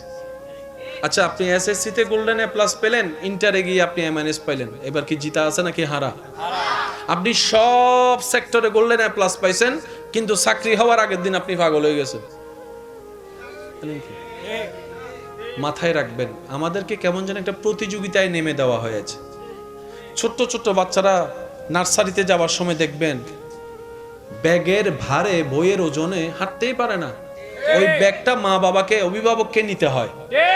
এই ছোট্ট ছোট্ট বাচ্চারা এখন থেকে যদি এত প্রেসার নেয়, আগে তো খেলার একটা টাইম ছিল, ব্রেন ফ্রেশ হওয়ার একটা সময় ছিল, এখন তো এমন ভাবে খেলার মাঠ বন্ধ হচ্ছে যে খেলারও কোনো সুযোগ। এই বাচ্চাগুলো কি করবে? ওদের স্মৃতি কি থাকবে ছোট্টবেলা? আল্লাহর ওয়াস্তে প্রতিযোগিতা হওয়ার দরকার নাই, পাশ করার দরকার নাই, জ্ঞান অর্জন করা হচ্ছে মূল বিষয়। তলাবুল ইলমে ফরিদাতুন আলা কুল্লি মুসলিমিন ওয়া মুসলিমাতিন। এইরকম পৃথিবীতে অনেক বড় ব্যবসায়ী আছেন যারা পড়ালেখায় তেমন ভালো ছিল না, কিন্তু ওনাদেরকে এমন আল্লাহ পাক দান করেছেন, ওনাদের ফ্যাক্টরিতে চাকরি নেওয়ার জন্য এখন গোল্ডেন এ প্লাস ওয়ালারা লাইন ধরে দাঁড়ায় আছে, কিন্তু উনি পরীক্ষার মধ্যে পাইছিলেন A-। তো সফলতাকে আপনি এটা চিন্তা করবেন না দুনিয়া যেভাবে দেখায়। মুসলমানদের আসল সফলতা কি? কাদ আফলাহা মান যাক্কাহা। আল্লাহ তাআলা বলে যে ভিতর বাহিরকে পবিত্র করে ফেললো সেই সফল হয়ে গেল, সেই সফল হয়ে গেল। যার চিন্তা পরিষ্কার, যার নজর পরিষ্কার, যার জবান পরিষ্কার, যার হাত পরিষ্কার, যা পা পরিষ্কার, যার মন পরিষ্কার, তার ছোট্ট ছোট্ট নেক আমল ও হাসরের ময়দানে বিশাল আকারের সওয়াবের পাহাড় হয়ে যাবে। জীবন চলার পথে পরীক্ষা আছে না নাই? আসবে কি আসবে না? আমরা অল্প অল্প পরীক্ষায় ভেঙে পড়ি, কিন্তু আপনি যদি একটু ঠান্ডা মাথায় গবেষণা করে দেখেন, আপনি দেখবেন পৃথিবীতে যারাই আল্লাহর বেশি প্রিয় বান্দা ছিল, আল্লাহ তাদেরকে বেশি বেশি মুসিবত দিয়ে পরীক্ষা করেছেন। কারবালার ময়দানে ইমাম হুসাইনের যেই ট্র্যাজেডি, যে কষ্ট, যে পরীক্ষা, যে মুসিবত, তার হাজার ভাগের এক ভাগ কষ্ট আল্লাহ পাকে এখন আপনাকে আমাকে ফেলে নাই। আইয়ুব নবীর শরীরের যে যন্ত্রণাদায়ক কষ্ট, এরকম পরীক্ষায় আল্লাহ আপনাকে আমাকে ফেলে নাই। ইউনুস পয়গম্বরের মাছের পেটে থাকার সেই কঠিন মুহূর্তের যন্ত্রণায় আল্লাহ আপনাকে আমাকে ফেলে নাই। আল্লাহ তাআলা প্রিয় যাদেরকে ভালোবাসেন কিংবা যাদেরকে ভালোবাসতে চান, যাদেরকে কল্যাণে আনতে চান, যাদেরকে জান্নাত দিতে চান, তাদেরকে আল্লাহ দুনিয়াতে পরীক্ষা মুসিবতে ফেলে। তার কারণ কি? যদি তার গুনাহ থাকে, এই মুসিবত কষ্টের ধৈর্যের কারণে আল্লাহ ওনার গুনাহ মাফ করে দেন। সুবহানাল্লাহ। যখন উনি সেই রকম কষ্টে থাকতে থাকতে গুনাহ মাফ হয়ে যায়, এখন তার গুনাহ মাফ হওয়ার সুযোগ নেই, যেহেতু গুনাহই নাই, তখন আল্লাহ তাআলা ওনার মর্যাদা বাড়াইতে থাকেন, মর্যাদা বাড়াইতে থাকেন, সম্মান বাড়াইতে থাকেন, ইজ্জত বাড়াইতে থাকেন, ওনার ভ্যালু বাড়াইতে থাকেন, ওনার স্তর বাড়াই দিতে থাকেন। সুবহানাল্লাহ। আল্লাহ তাআলা আমাদের সবাইকে তৌফিক দান করুন। আমিন। 5 ওয়াক্ত নামাজের সাথে বন্ধুত্ব রাখার তৌফিক দান করুন। আমিন। বড়দের সম্মান, ছোটদেরকে স্নেহ করার তৌফিক দান করুন। আমিন। যে যা পায় আপনার কাছে পাওনা থাকলে দিয়ে দিবেন, ধরে রাখার দরকার, বলেন না ধরে রাখার দরকার। জায়গায় পালে জায়গা দিয়ে দিতে হবে, টাকা পাইলে টাকা, সামর্থ্য না থাকলে একটু দেখা করে ক্ষমা চেয়ে নেন, কারণ দুনিয়াতে ক্ষমা পাওয়া অনেক সহজ, হাসরে এটা সুযোগই নেই। বুঝতে পারছি কথা? আপনি যদি কাউরে বলেন তুই আর গলার উদ্দি চুরি চলাই রাটিয়া দিতে নবাই চলাইব না চুরি হনদিন, বুঝছেন আমার কথা? দুনিয়াতে মাপটা একটু নিয়ে নেন। হ্যাঁ, শয়তান আপনাকে মাপ চাইতে দিবে না, শয়তান বলবে তুই মাপ চাইলে তো তুই ছোট হয়ে যাবি, তোর মান মর্যাদা কমে যাবে। অথচ রসুল বলে আল্লাহু আকবার, আল্লাহু আকবার, যে ক্ষমা চায় তার ইজ্জত বাড়ে, যে ক্ষমা করে দেয় তার ইজ্জত আরো বাড়ে। ক্ষমা চাওয়াটা যেরকম চ্যালেঞ্জিং, ক্ষমা করাটাও বড় চ্যালেঞ্জিং। আমি বলি নাই 5 বছর আগে কি করছস, আচ্ছা একই কথা যদি আল্লাহ বলে হাসরে, আমি মাফ চাওয়ার পরে যদি আল্লাহ পাক বলে যে আমি বলি নাই, তাহলে তো সব শেষ। আমরা চাই আল্লাহ থেকে ক্ষমা পাওয়া, বলেন আমরা চাই আল্লাহ থেকে, আর সে আল্লাহ বলছেন তুমি আমার দিকে তাকিয়ে নিজের সমস্ত রাগ হিংসাকে পিছনে ফেলে আমি রবকে খুশি করার জন্য আমার দিকে তাকিয়ে আমার বান্দাকে মাফ করো। তুমি আমার বান্দাকে মাফ করো বিনা শর্তে, আমি আল্লাহ তোমাকে বিনা শর্তে মাফ করে দিতে রাজি। তো নিজে ক্ষমা পাওয়ার জন্য অন্যকে ক্ষমা করার দরকার আছে না নাই? আছে। এবার আপনারা বলেন, এক ছাদের নিচে আপনারা 2 জন থাকেন, কেউ কাউকে ক্ষমা করছেন না, কিন্তু আজীবন থাকাই লাগতেছে 2 জন, তো মাফ না করে লাভ কি হচ্ছে? থাকা তো লাগতেছে, দেখা তো হচ্ছে, মাফ না করে লাভ কি? করে দেন না মাফ। একবার মাফ করবেন, ওই মাফ করার অতীতের বিষয় নিয়ে আর কখনো কথাও আসবে না, মনে যতই আসুক মুখে আনবেন না, দেখবেন যে সব সমস্যা সমাধান করে দিবেন কে? আল্লাহ। বলেন না কে? আল্লাহ আল্লাহ কি আমাদের উপর দয়া করে কি করে না? করে আমাদেরও উচিত নিজের দয়া নিজে অর্জন করে নেওয়া। ঠিক এই আল্লাহর দয়া পাওয়ার হাজার মাধ্যমের একটা মাধ্যমের নাম নামাজ। আর একটু জোরে। সুবহানাল্লাহ নামাজ পড়লে শান্তি বাড়ে, নামাজ পড়লে ব্রেনে রিল্যাক্সিং হয়, নামাজ পড়লে শরীরে একটা আলাদা শক্তি হয়, নামাজ পড়লে চিন্তা শক্তির পবিত্রতা আসে, নামাজ পড়লে মন শান্ত হয়, নামাজ পড়লে মনের মধ্যে ভালোবাসা মায়া বেড়ে যায়, নামাজ পড়লে আপনার ঘুমটা ভালো হয়, নামাজ পড়লে খাবার দ্রুত হজম হয়, নামাজ পারফেক্টলি পড়তে জানলে হাঁটু এবং কোমরের যে শারীরিক যে হাড্ডির ব্যথা ওগুলো আস্তে আস্তে নিরাময় হয়, নামাজ পড়লে আপনার ঝগড়া করতে ইচ্ছা করে না, নামাজ পড়লে ক্ষমা করতে ইচ্ছা করে, নামাজ পড়লে মানুষের উপর দয়া করতে ইচ্ছা করে, নামাজ পড়লে অন্যের দোষ গোপন রাখতে ইচ্ছা করে, নামাজ পড়লে নম্র ভদ্র হয়ে চলতে ইচ্ছা করে। অর্থাৎ আল্লাহর পছন্দের গুণ যা, সত্যিকারের ভালোভাবে নামাজ যদি আমরা পড়তে পারি সব গুণ আমাদের ভিতর দান করে দিবেন। ইন্নাস সালাত তানহা আনিল ফাহশাই ওয়াল মুনকার, ওই নিয়ামত আল্লাহ আমাদের সবাইকে দান করে দিবেন। বলেন সুবহান। সুবহানাল্লাহ পড়ার দরকার আছে না নাই? আছে হালিয়ে জুমা আছে না? আছে হয় হাত হয় হাত নামাতে আরো জোরে দুই রাকাত আয় বোধে বেগুনোর শেষে দেখো একটু আগে হই ফেলি আর কেন জোর হ না তো এখানে হই যায় আয় বোধে বেগুনোর শেষে যাই বোধে বেগুনোর আগে ইতে 5G গুদুত তো স্পিডে জোরে ঠিক হয় না? ঠিক খুতবা নুনি না নুনি ও বন্ধুরা হদ্দটা একামত দিন আর মিস কল দিছে আছে না? আছে ইনকে আর ভাইয়ে গরাত দে না শয়তানে গরাত দে? শয়তানে শয়তানে গরাত দে যাতে আর ভাইয়ে বুঝছি আর ভাই তো নসিদল দি ইতে যাতে গুতাইবো আর ভাইয়ের হামল উল্লো শয়তানের গুতন। ঠিক তো শয়তানের গুতাইবার লোক লাড়ি নলার লাগে হন না লাড়ি নলাগে লাগে এ লাড়ি বলদি ধৈর্য। সুবহানাল্লাহ মসজিদে যাইরা হদুনে সাইবেন দে ফিলাত তো আয় ঠিক ঠিক হোনা তো আয় ফিলাত তো আয় দেওয়াল তো আয় ঠিক কিরে বদ্দা ইনকা তো আর ঠিক ইতারা হতে গিয়া হতবা শেষ হলে ডাহাই দিস হবাদ্দা উজু আছে না নাই চাইও না ঠিক নাকি বুঝাতে পারলাম না? যদি এদুর ঘুমাই যে তুই ডলি ভরি গিয়ে তোমার হবন নাই তো লজু নাই নাকি বুঝাতে পারলাম না বাজান হতা তুই আর আতুন যারাতুন জান্নাতর দরহার আছে মাঝে মধ্যে কেনা নিজের জীবনত ব্যারেক লাগানোর দরহার আছে বান্দা চেষ্টা করলে সাহায্য করিব দহনে আল্লাহ এখানে জোর হন না আল্লাহ অনারা মসজিদে আজান দেয় হটাই জুমার আজান 12টা 10-15 আর কি 20-এর ভিতর দি ফেলাই হয় না? এরপরে আরো জোরে আল্লাহ যতক্ষণ দয়া করে তকরির করে না, এরপরে খুতবা দেয় না, নামাজের বিরতি দিয়ে রে তারপরে খুতবার পরে নামাজ হয়, নামাজ পরে বাদাল জুমা আছে না নাই? আছে বেগিন শেষ করি বাইরেতে বাইতে দুইটা হয় দেন জি এই 1 ঘন্টা আল্লাহ দিতে এদিন কিপটামি কবু কবু কবু হদুনে সাই নজরুল যদি ওয়াইজ করতে কেন দেরি করে ঠিক না অনার এন্ড নাই ভাল্লার আবার হদুনি লেবেন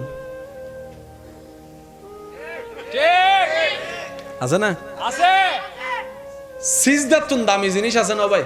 না নামাজতুন দামি জিনিস আছে না? না এই নামাজ উম্মিদ দিয়ে যদি হনদিন হুজুর একখানা তাসবিহ একখানা লম্বা পড়ে অথবা আস্তে আস্তে পড়ে ফিজুতুন মিস কল মানে অন্য না ঠিক নুন অনফাল না বুঝছি মিস কল দে মুসল্লি হারে হুজুর হুজুর এখন হারে হুজুরে এখন নামাজ অবস্থাতে আর কল দি মিস কল দিন না হারে ঠিক তাহলে হাসি দিয়ে হদ হুজুর আর তাসবিহ শেষই অনর গান শেষ হইলে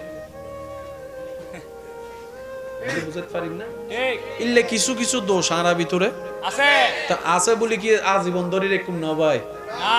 না আছে বলে তো আজীবন ধরে এখন হন দরহার নাই আর চেষ্টা করছেন একখানা যেন দোষতুন বাঁচিত তারি। মনে রাখবেন ভাইয়েরা, আমাদের কাজ চেষ্টা করা, আমরা কেউ কমপ্লিট নয়, হাজার বললো আমরা কেউ কমপ্লিট না, আমরা হচ্ছে চেষ্টাকারী, চেষ্টা করতে পারি। সেজন্য নবী রহমতুল্লিল আলমিনের সৎকায় আল্লাহ তালা আমাদেরকে এমন দয়া করেছেন, এই শেষ নবীর উম্মত চেষ্টা যেটা করে সেটা অন্য নবীর উম্মতের করার চাইতে বেশি দান করে। সামান্য আমি চেষ্টার কথা বলেছি, আপনি তো আমার চাইতে ভালো জানেন। আপনি শুধু নিয়ত করেছেন এখন ফজরের নামাজটা পড়বেন, এখনো ফজরের টাইম আসেনি, নিয়ত করার সাথে সাথে আপনার রব আপনার নিয়তের কারণে আলাদাভাবে সব লেখার পারমিশন দিয়ে দিয়েছেন। সুবহানাল্লাহ। মা বাবার চেহারার দিকে মায়ার নজর একবার তাকাইলেই হজের সওয়াব। তো সুযোগ আছে না নাই? আছে। সুযোগ আছে না নাই? আছে। আল্লাহ তাআলা আমাদেরকে এই নিয়ামতগুলো নিয়ে ধৈর্যের সাথে সহ্যের সাথে হাসি মুখে অন্যের মুখে হাসি ফুটানোর চেষ্টা করে, বিনা স্বার্থে মানুষের উপকার করার চেষ্টা করে, চলার চেষ্টা করার, ইবাদত করার আল্লাহ আমাদের তৌফিক দান করুন। আমিন। রাহমাতুল লিল আলামিন নবীর ওয়াফাদার উম্মত, আল্লাহ তাআলার ওয়াফাদার বান্দা বনে দুনিয়াতে যতদিন থাকবো আমরা সবাই, আমরা যেন আপন আপন জায়গায় মান সম্মান ইজ্জতের সাথে ঈমানের সাথে বাঁচতে পারি। আল্লাহ তৌফিক দান করুন। আমিন।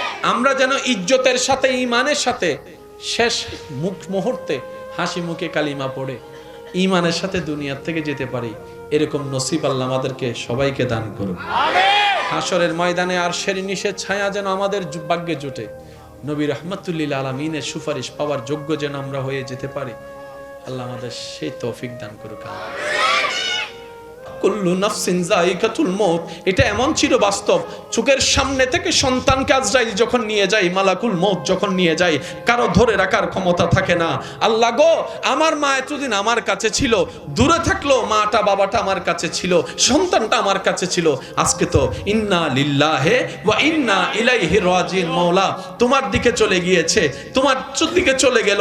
আল্লাহ, আমার মার জন্য আমি কিচ্ছু করতে পারি নাই, বাবার জন্য কোনো অবদান রাখতে পারি নাই, সন্তানের কোনো সেবা করতে পারি নাই। আল্লাহ, আমি দোয়া করছি সন্তান হয়ে, আল্লাহ আমার মা আমার বাবাকে তুমি ভালো রাখিও, শান্তিতে রাখিও, দয়া করিও সেরকম যেভাবে আমার উপর দয়া করেছিল, মায়া করেছিল। আমার কথায় কষ্ট নিয়েন না, বাস্তবতা একদিন সম্মুখীন হতেই হবে। করোনার কঠিন বাস্তবতায় প্রথমে কেউ মানতে চায়নি, কিন্তু যখন প্রভাবটা বাড়া শুরু হয়েছে তখন এটা সবাইকে মানতে হয়েছে, মানতে না চাইলেও মানতে হয়েছে। এই করোনার চাইতে বড় ভয়ানক হচ্ছে মৃত্যুর যন্ত্রণা, কঠিন যন্ত্রণা। আমি অনুরোধ করব আপনার ছেলে মেয়েকে, আপনি যা বানানোর বানান, যা শিখানোর শিখান, আল্লাহ আপনার স্বপ্ন পূরণ করুক, আমরাও দোয়া করি। তবে একটা কাজ সাথে রাখবেন, সন্তানের অন্তরে আপনার নবীর প্রতি আদব এবং মহাব্বত প্রবেশ করাই দিন, আপনার রবের প্রতি ভয় প্রবেশ করাই দিন। সে সন্তানকে কিছু কোরআনের আয়াত সূরা শিখাই দিবেন, দোয়া শিখাই দিবেন, যেন আপনার সন্তান আপনার কবরের পাশে দাঁড়াতে না পারলেও দূর পথ থেকেও যেন রবের দরবারে দুইটা ভিক্ষার হাত তুলে এতটুক বলে, রব্বির হামহুমা কামা রব্বায়ানিস সাগীরা, রব্বির হামহুমা কামা রব্বায়ানিস সাগীরা। মওলা গো, আমার মা অনেক কষ্ট করে আমাকে পেটে ধারণ করেছিল, আমি যখন পেটে ছিলাম আমার মা ঘুমাতে পারেনি, বমির জ্বালায় খেতে পারেনি, গন্ধ খাবারের, ভালো খাবারের গন্ধ পর্যন্ত সইতে পারেনি আমার মা। আমাকে দুনিয়াতে আলো দেখাতে গিয়ে ভালো করে হাঁটতে বসতে আমার মা পারেনি, রাতের ঘুমকে আমি নষ্ট করে দিয়েছি। আমার মা যখন সারাদিন কাজ করে ক্লান্ত শরীর নিয়ে রাত্রে একটু ঘুমাতে যেত, আমি সন্তান মায়ের পেটে থেকে কিছুক্ষণ ডানে লাথি মেরেছি, কিছুক্ষণ বামে লাথি মেরেছি। আমার সে লাথির যন্ত্রণায় আমার মা ব্যথা পেলেও কখনো উ শব্দ করেনি। আমার বাবার ঘুমটা ভেঙে যাবে বলে, আমার দাদির ঘুম ভেঙে যাবে বলে, আমার নানির ঘুম ভেঙে যাবে বলে বুঝতে দেয়নি। আল্লাহ গো, আমার মার জন্য আমি যদি চামড়া দিয়ে জুতোও বানাই দিই, আমার মা বাবার হক আমি আদায় করতে পারবো না। কিন্তু আজকে তো আমি অপারগ, কারণ এমন বাস্তবতা, কুল্লু নাফসিন যায়িকাতুল মউত, এটা এমন চির বাস্তব, চোখের সামনে থেকে সন্তানকে আজরাইল যখন নিয়ে যায়, মালাকুল মউত যখন নিয়ে যায়, কারো ধরে রাখার ক্ষমতা থাকে না। আল্লাহ গো, আমার মা এতদিন আমার কাছে ছিল, দূরে থাকলো মাটা বাবাটা আমার কাছে ছিল, সন্তানটা আমার কাছে ছিল, আজকে তো ইন্না লিল্লাহি ওয়া ইন্না ইলাইহি রাজিউন, মওলা তোমার দিকে চলে গিয়েছে, তোমার দিকে চলে গেল।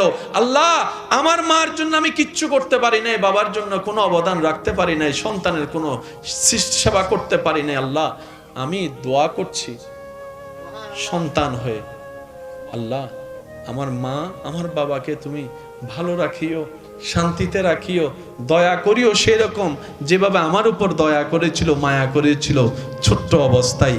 এদিকে সন্তানের হাত উঠবে, এদিকে রবের দয়া মুক্ত হবে, জাহান্নামী হলো আল্লাহ চাইলে দয়া করে জান্নাতি বানাই দিবে। আমাদের জীবনের বেশিরভাগ সময় নষ্ট হয়েছে শুধু অন্যের দোষ খুঁজতে, অন্যের দোষ ধরতে, অন্যের ভুল খুঁজতে খুঁজতে আমাদের জীবনের অর্ধেক সময়। নিজে যে কত বড় আসামি হয়ে বসে আছি, কত বড় পাপ রাজ্যের বাসিন্দা হয়ে বসে আছি, কত বড় পাপের গভীর সমুদ্রে আপনার আমার অবস্থান। কখনো তওবা করার ইচ্ছাটাও জাগেনি, তওবা করার কখনো সুযোগও হয়নি, কখনো অন্তর কেঁপে ওঠেনি যে আমিও তো একদিন রবের দরবারে কাঠগড়ায় আটকাই যাব।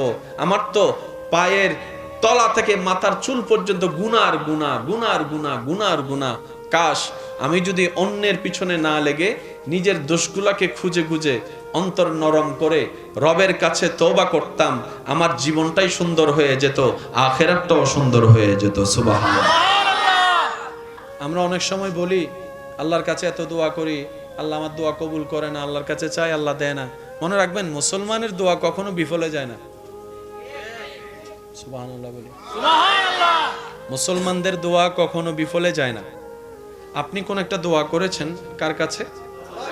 আপনি আমি তো ভবিষ্যৎ জানি, তিনি তো সব।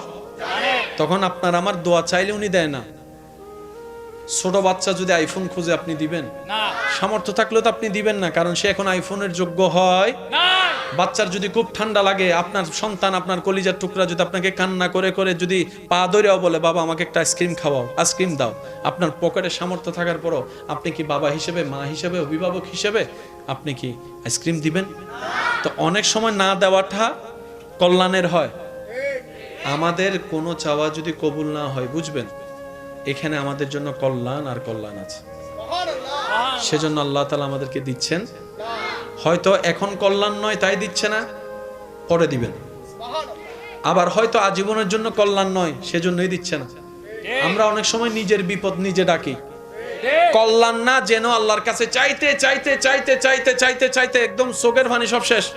তখন আল্লাহ পাক বলে যাচ্ছে দদল, এই যে দেয় আমরা পাই, শেষ পর্যন্ত ওই মানুষটাই, ভালোবাসার প্রিয় মানুষটা একসময় বিষের মানুষ হয়ে যায়। তারপরে বলে যে তোরে বিয়া করে আমার জীবন। সেজন্য মসজিদে খুশি থাকতে হবে কার? আর একটু জোরে বলেন। আপনার আমার চাওয়ার ধরনটা হবে এমন, আল্লাহ আমার জন্য কি ভালো তুমি জানো, আমি আমার মনের চাওয়াকে গুরুত্ব দিচ্ছি না, আমি তোমার উপর ছেড়ে দিয়েছি। কারণ আমি জানি আমার সবচাইতে বড় ওয়াকিল তুমি আল্লাহ।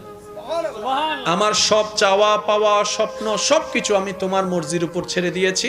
আল্লাহ তুমি আমাকে দান করিও, সেই দানটা আসা পর্যন্ত আমাকে একটু সবর করার মতো ধৈর্য ধারণ করার তৌফিক দিও। আর কখনো না পাওয়া থাকবে, কখনো অপূর্ণতা থাকবে। আমরা তো ওই নগদে চাইয়া ফেলি, এখন দিতে হবে। ঠিক। আমি কি বুঝাতে পারছি কথা? আল্লাহ তাআলা আমাদেরকে সবরওয়ালা বান্দা বানার তৌফিক দান করুন। আমিন। আল্লাহর মর্জিতে খুশি থাকার আল্লাহ সে তৌফিক আমাদের সবাইকে দান করুন। আমিন। মনে রাখবেন আল্লাহর সিদ্ধান্ত বড় হিকমতওয়ালা। আল্লাহর হিকমত সিদ্ধান্ত বুঝার মতো জ্ঞান বুদ্ধি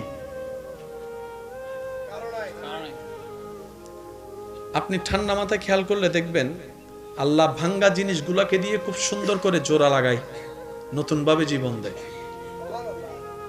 যতক্ষণ পর্যন্ত মেঘ ভাঙে না বৃষ্টি হয় না, যতক্ষণ পর্যন্ত বীজ ফাটে না ততক্ষণ পর্যন্ত চারা হয় না। সেজন্য ভরসাটা কার উপর? নবীর প্রেম অন্তরে রেখে, আদব তাজিম অন্তরে রেখে আল্লাহর উপর চোখ বন্ধ করে বর্ষা। এতটুক বলবেন আমার আল্লাহ আছে, আমার আল্লাহ যা সিদ্ধান্ত নিবে আমি সেই বান্দা হিসেবে সেটার উপর রাজি থাকবো, খুশি থাকবো।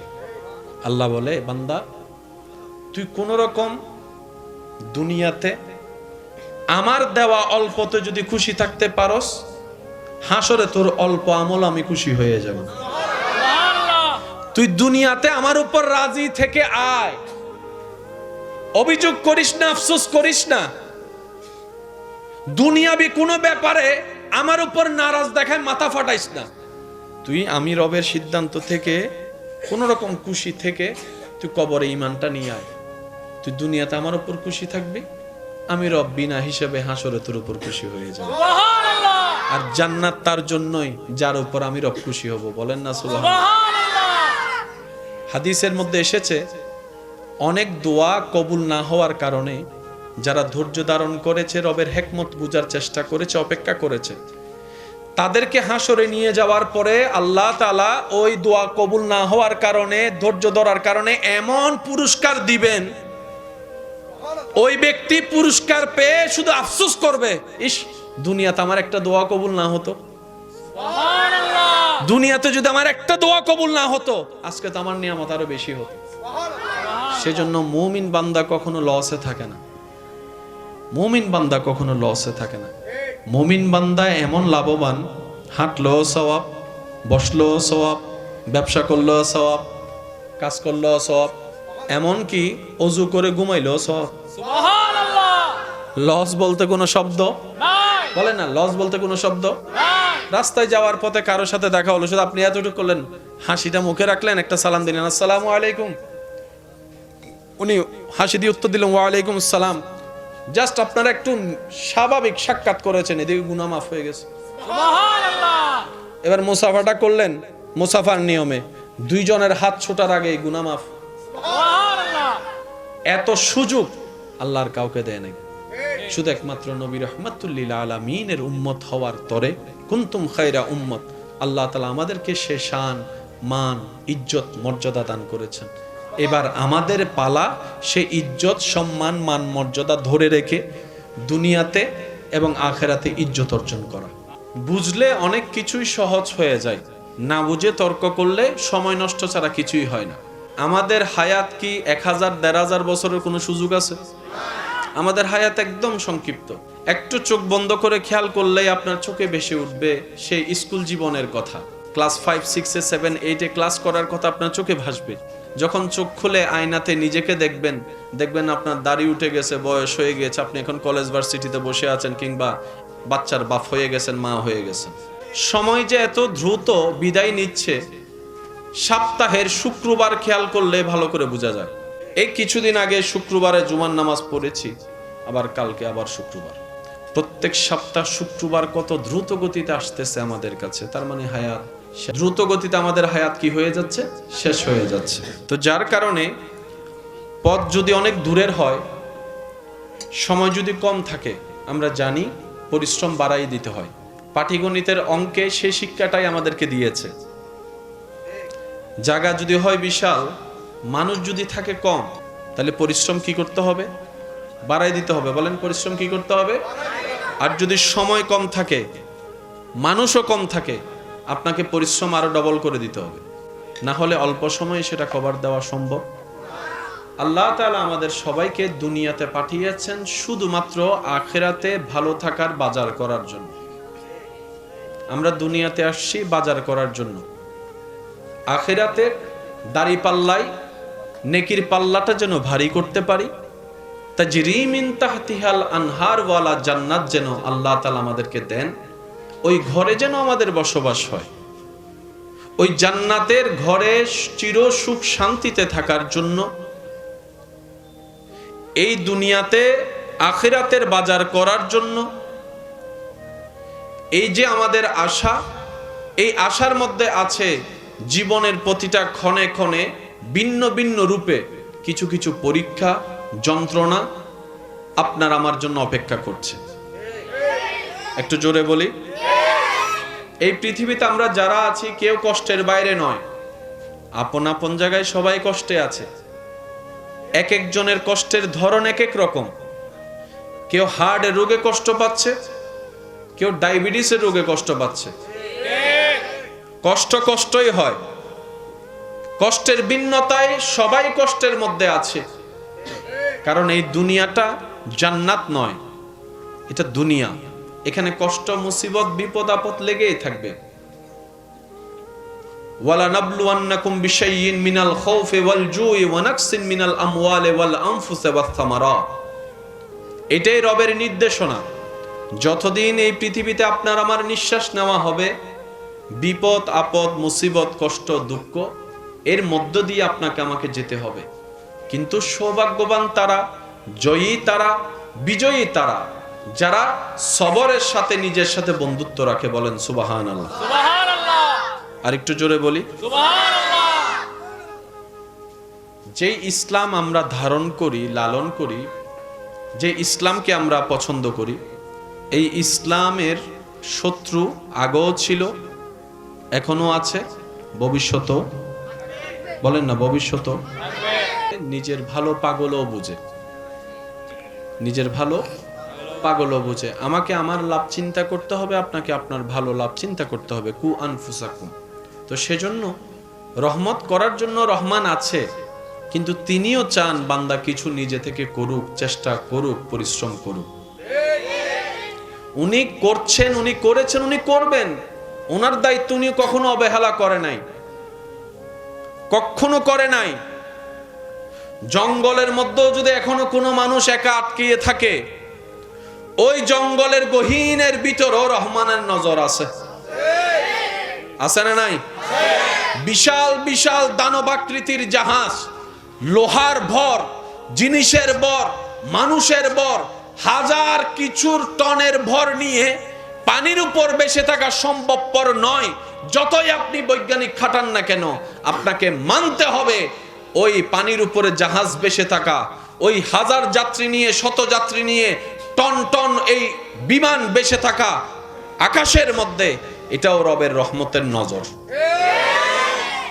রবের রহমতের নজর ছাড়া এক সেকেন্ডও কল্পনা করা সম্ভব। সে রব চায় বান্দা নিজে থেকে কিছু করুক। এই জিনিসটা কি? এটা পুকুর, পুকুরের পাশে এই মসজিদের কত বয়স, কতদিন হয়েছে আমার ঠিক জানা নাই, কিন্তু স্ট্রাকচারে বোঝা যাচ্ছে মোটামুটি অনেক বয়স হয়েছে। মোটামুটি যারা পুরাতন এলাকার মানুষ আছে তারা ভালো জানবে। পৃথিবীর সর্বপ্রথম মসজিদ মক্কাতুল মুকাররমা, প্রথম গড় কাবা। সুবহানাল্লাহ। একটু বুঝে বুঝে বলি সুবহানাল্লাহ। সুবহানাল্লাহ। আল্লাহ তাআলা নবী হযরত ইব্রাহিম আলাইহিস সালামকে আল্লাহর ঘর পুনর্নির্মাণের জন্য দায়িত্ব দিলেন। আমার যুবক ভাইদেরকে অনুরোধ করে একটা কথা বলি, আজীবন মাথায় রাখবেন, ইসলাম জানার চাইতে বেশি দরকার ইসলাম বুঝা। ইসলামকে বুঝতে হবে জিনিসটা কি। আপনাকে যদি বিজ্ঞান বুঝে পড়তে হয়, গণিত যদি বুঝে করতে হয়, কাকে কি ওষুধ দিবেন সেটা যদি বুঝে দিতে হয়, ইবাদতটা কিভাবে করব সেটা একটু বুঝে করতে হবে না? আল্লাহকে এমনি হঠাৎ করে দিয়ে দিলেন, বিষয়টা তো তেমন না। আল্লাহ তো সবকিছু সাজিয়ে দিয়েছেন পারফেক্টলি ভাবে। ইন্নাদ দীনা ইনদাল্লাহিল ইসলাম। জেনে রাখবেন, মনে রাখবেন, ইসলামের শুরু থেকে শেষ, ডানে থেকে বামে টোটাল সেক্টরটা স্বয়ং আল্লাহ নিজেই সাজিয়ে দিয়েছেন। সুবহানাল্লাহ। উনি বুঝে শুনে জেনে সাজিয়ে দিয়েছেন যাতে কিয়ামত পর্যন্ত সেটা সসম্মানে টিকে থাকে। ব্যর্থতা আমাদের, কমতি আমাদের, দোষ আমাদের। আমরা যারা মুসলমান নাম ব্যবহার করে চলি, দোষ থাকলে আমাদের আছে, ভুল থাকলে আমাদের আছে, কমতি থাকলে আমাদের আছে। সব মুসলমান ভাই বোন আমার সাথে কথায় একমত হয়ে বলবেন, আমাদের ইসলামের মধ্যে বিন্দু পরিমাণ কোনো কমতি আছে শুধু আমাদের ভিতরে। ইসলাম জানার চাইতে বেশি দরকার কি? বুঝা। বলেন কি? বুঝা। আপনারা আমরা যখন মসজিদে গিয়ে নামাজ পড়ি তখন কাতার কি করতে হয়? একটু যদি রিপ্লাই দেন, কষ্ট না হয় আপনাদের, তাহলে আমার শুনতে ভালো লাগবে। সোজা করতে হয়। কি করতে হয়? সোজা করতে হয়। পৃথিবীর সব মসজিদ থেকে কিংবা মসজিদের বাহির থেকে যারা যেখানেই নামাজ পড়ে, তারা কোন জিনিসটাকে সামনে রেখে নামাজ পড়ে? ইলা জিহাতিল কাবাতিশ শরীফাতে। ইলা জিহাতিল কাবাতিশ শরীফাতে। এদিকে যারা আছে মুখ এদিকে, এদিকে যারা আছে মুখ এদিকে, এদিকে যারা আছে এদিকে, ওদিকে যারা আছে এদিকে। শর্ত হচ্ছে একটাই, যেখান থেকে পড়ো কাবা যেন থাকে সামনে। সুবহানাল্লাহ। কাবা যেন থাকে, একটু জোরে বলেন, কাবা যেন থাকে সামনে। সামনে। কাবাকে যদি সামনে থেকে সরানো হয়, নামাজির নামাজ শেষ বলে না, নামাজির নামাজ, রুকুকারীর রুকু, সিজদাকারীর সিজদা শেষ, আগে কাবা।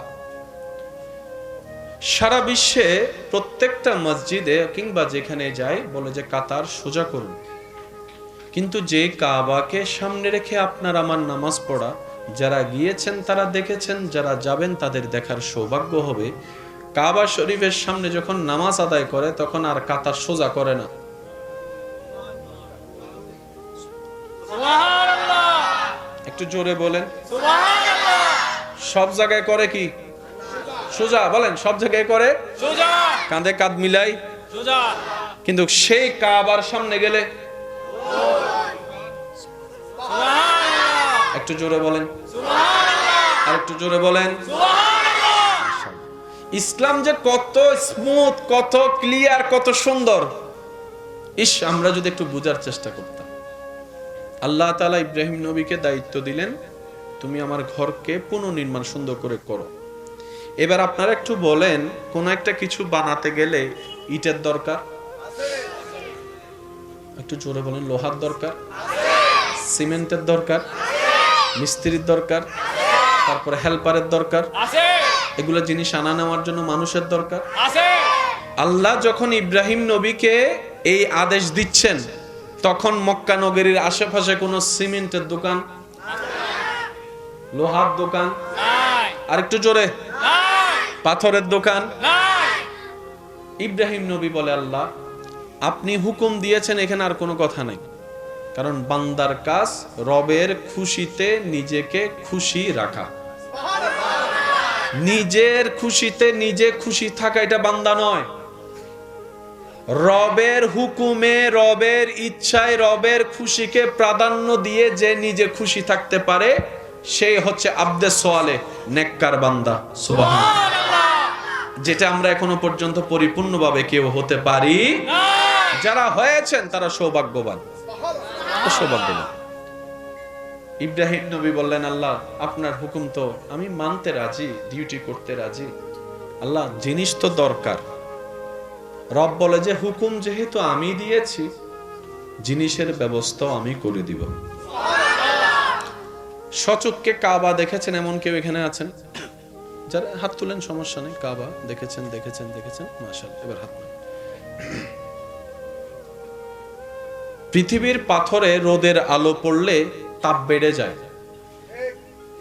তাপ এই যায়, হাঁটা যায় না, হাঁটা যায় না। অনেকে শুক্রবার এখানে নামাজ পড়তে গেলে গরম হয়ে যায়।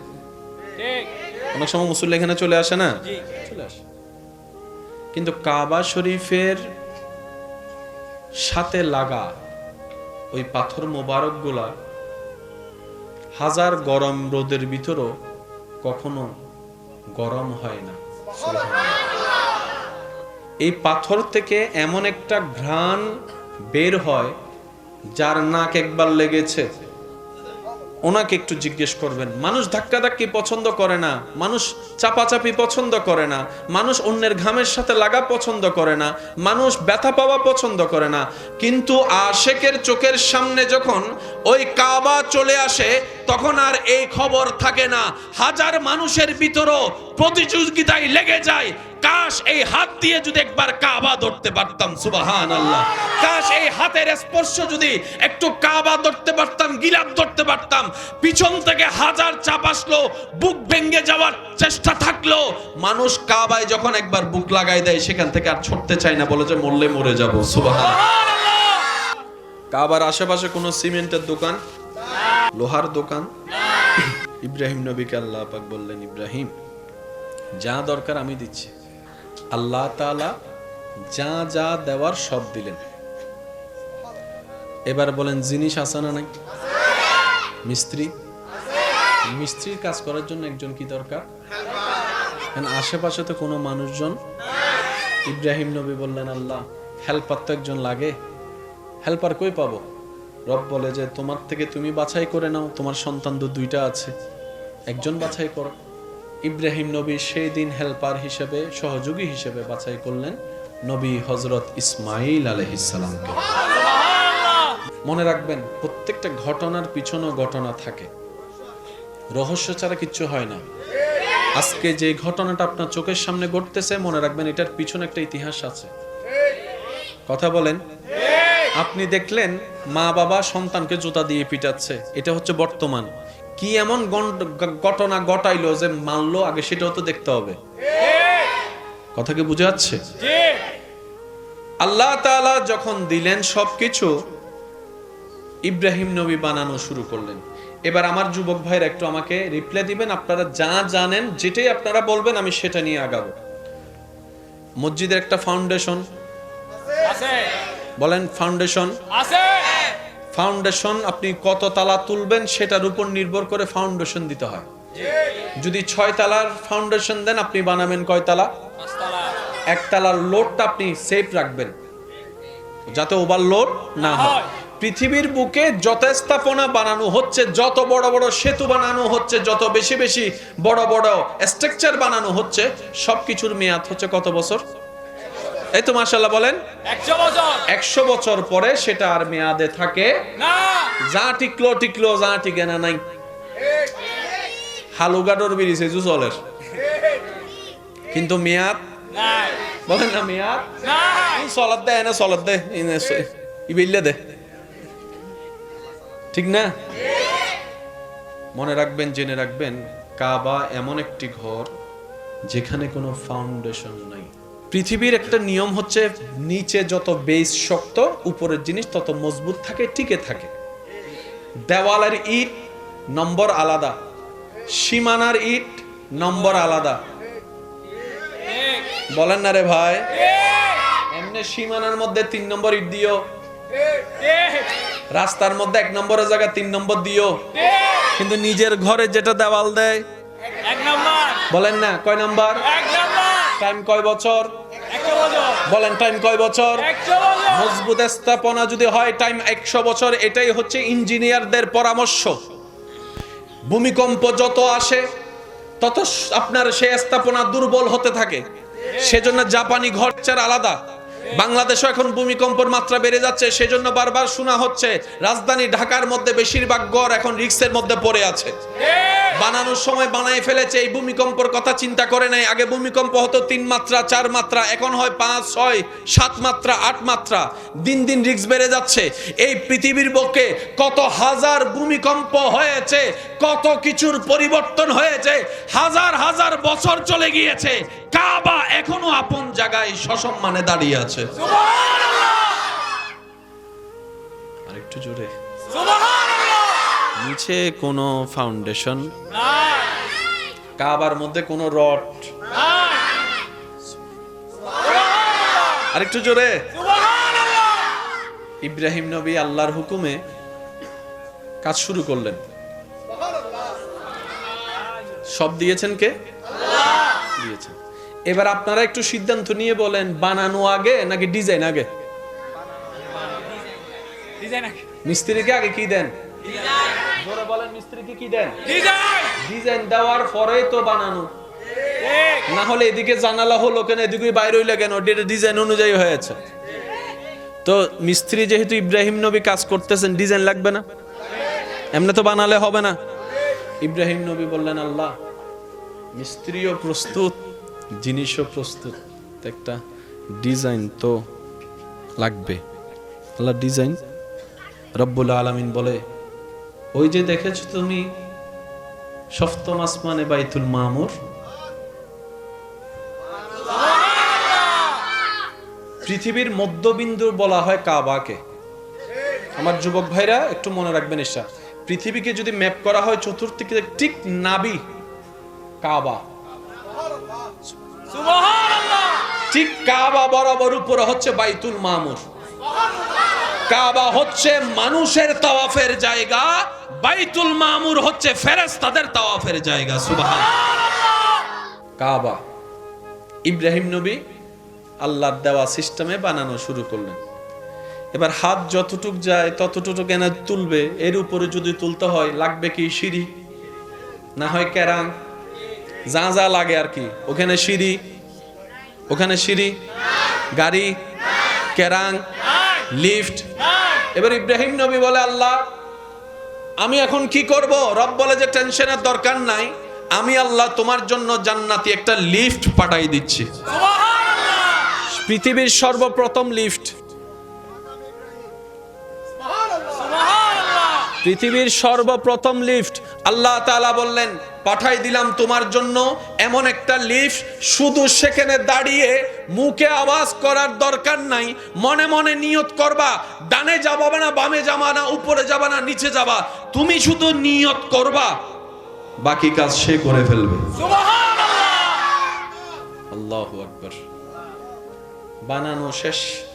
খাবানে ওয়ালাকে, আল্লাহ। দেনে ওয়ালাকে, আল্লাহ। দিয়েছেন কে, আল্লাহ। দিচ্ছেন কে, আল্লাহ। দিবেন কে, আল্লাহ। পানির ভিতর থেকেও রিজিক দেন কে, আল্লাহ। আকাশ থেকে রিজিক ফেলেন কে, আল্লাহ। জমিন থেকে রিজিক তুলেন কে, আল্লাহ। মার পেটে খাওয়াইছেন কে, আল্লাহ। দাঁত ছাড়া বুড়া মানুষরে খাওয়ায় কে, আল্লাহ। ওই আল্লাহ আছে না নাই? আছে। দেখে কি দেখে না? দিতে পারে কি পারে না? সেই ঈমান বিশ্বাস আছে না নাই? আছে। যে বান্দার অন্তরে ওই রবের প্রতি ঈমান আকীদা বিশ্বাস থাকবে, তার 2 নম্বরই করে বাঁচতে হবে না, সে সততায় থাকবে, গায়েব থেকে রিজিক আল্লাহই ব্যবস্থা করে দিবেন। সুবহান। বানানো বাকি যা আছে, ইব্রাহিম নবী বললেন আল্লাহ এগুলো আমি এখন কি করব? রব্বুল আলামিন বললেন বন্ধু ইব্রাহিম যা আছে সব আকাশের দিকে ছুটে মারো। আরেকটু জোরে, সুবহানাল্লাহ। সব আকাশের দিকে মারো। মানুষ ঘর বানার আগে জায়গা কিনতে হয়, জায়গা কিনে নাম রেজিস্ট্রি করতে হয়, নাম রেজিস্ট্রি করে আবার নাম জারি করতে হয়, না হয় ঘর বানলে সমস্যা হবে। কিন্তু মসজিদ যেখানে হবে দেখবেন আগে বলে যে ওয়াকফ কর, জায়গা যার নামে ওয়াকফ কর। ওয়াকফ মানে বাংলা হতা ইদ্দুর বুঝুন, আর মালিকানা আজিয়তুন আর বংশধরের মালিকানা দাবি সাওয়া। ওয়াকফ মানে আল্লাহ আরে দিয়ে আয় আল্লাহর নামে দিফে আল্লাহ। সুবহানাল্লাহ। প্রত্যেকটা ঘরের সামনে বেল আছে না নাই? আছে। মসজিদের সামনে দরজা আছে কিন্তু বেল নাই। সুবহানাল্লাহ। আরো জোরে, সুবহানাল্লাহ। আরো জোরে। সুবহানাল্লাহ। আল্লাহ আমাদেরকে বুঝার তৌফিক দান করে। আমিন। ওই কণা যেখানে পড়েছে আল্লাহর ঘর। এবার আল্লাহ ইব্রাহিম নবী কে দুনিয়াতে পাঠালেন কি ঘর বানানোর জন্য নাকি ইসলাম প্রচারের জন্য? তাহলে ওনার ডিউটি হচ্ছে যে ইসলাম প্রচার করা, কিন্তু আল্লাহ পাক দিয়েছেন এমন একটা কাজ যেটা ওনার নবুয়তের কাজের মধ্যে পড়ে না। এবার ইব্রাহিম নবী বললেন আল্লাহ ওভার টাইম যেহেতু করছি বেতন দাও। সুবহানাল্লাহ। এগুলো প্রেমের ভাষা, প্রেমের ভাষা। ইব্রাহিম নবী বলে যে আল্লাহ আমাকে বেতন দাও, আমার কাজ তো এটা না, তুমি বলেছো আমি করেছি, মালিক হুকুম করেছো গোলাম কাজ করেছি, সুবহানাল্লাহ। কিন্তু পারিশ্রমিক বলে তো একটা শব্দ আছে, পারিশ্রমিক দাও। একটু মনোযোগ, কি সৌভাগ্য আমাদের, একটু পরে বুঝতে পারবেন। আল্লাহ পাক বললেন ইব্রাহিম বেতন হিসেবে কি চাও? যা চাইবা তা দিব, বলো। পাহাড় 3টাকে স্বর্ণ বানাই দিব? ইব্রাহিম বলে যে না আল্লাহ আমার স্বর্ণের পাহাড় লাগবে না। সাগরকে তোমার জন্য হীরা বানাই দিব? আল্লাহ পাক যখন বললেন ইব্রাহিম বলে যে না আল্লাহ আমার হীরার সাগর লাগবে না। সন্তানকে আরো বাড়িয়ে দিব? ইব্রাহিম নবী বললেন আল্লাহ আমার সন্তান আর লাগবে না। আল্লাহ পাক বললেন তোমার সুস্থতা হায়াত বাড়িয়ে দিব? ইব্রাহিম নবী বলে যে আল্লাহ আমার সেটাও লাগবে না। আল্লাহ পাক বললেন জান্নাতে তোমার জন্য ঘর আরো 3টা বরাদ্দ করে দিব? ইব্রাহিম নবী বলে যে আল্লাহ আমার সেটা লাগবে না। তা আল্লাহ পাক বলে ইব্রাহিম চাও কি বন্ধু আমার, বলো তুমি কি চাও? এই যে পরিশ্রম করলা বেতন হিসেবে কি চাও? তোমার কি লাগবে বলো আমাকে, তোমার কি লাগবে বলো। আমি সেই দিনের সেই চিত্রটা কোরআনুল কারীমে এইভাবে উঠে এসেছে। ইব্রাহিম নবী আল্লাহকে বলে আল্লাহ রব্বানা ওয়াবআস ফীহিম রাসূলাম, সুবহানাল্লাহ বলতে থাকি। ইব্রাহিম নবী দোয়ার মধ্যে বলছেন রব্বানা ওয়াবআস ফীহিম রাসূলাম, আল্লাহ গো তোমার ভান্ডারে জমানো দুনিয়ার জন্য আসা ওই রকম রসুলদের ভিতরে দামি রসুলটা কাউকে দিও না, আমি ইব্রাহিমকে দাও, আমি ইব্রাহিমকে দাও, আমি ইব্রাহিমকে দাও।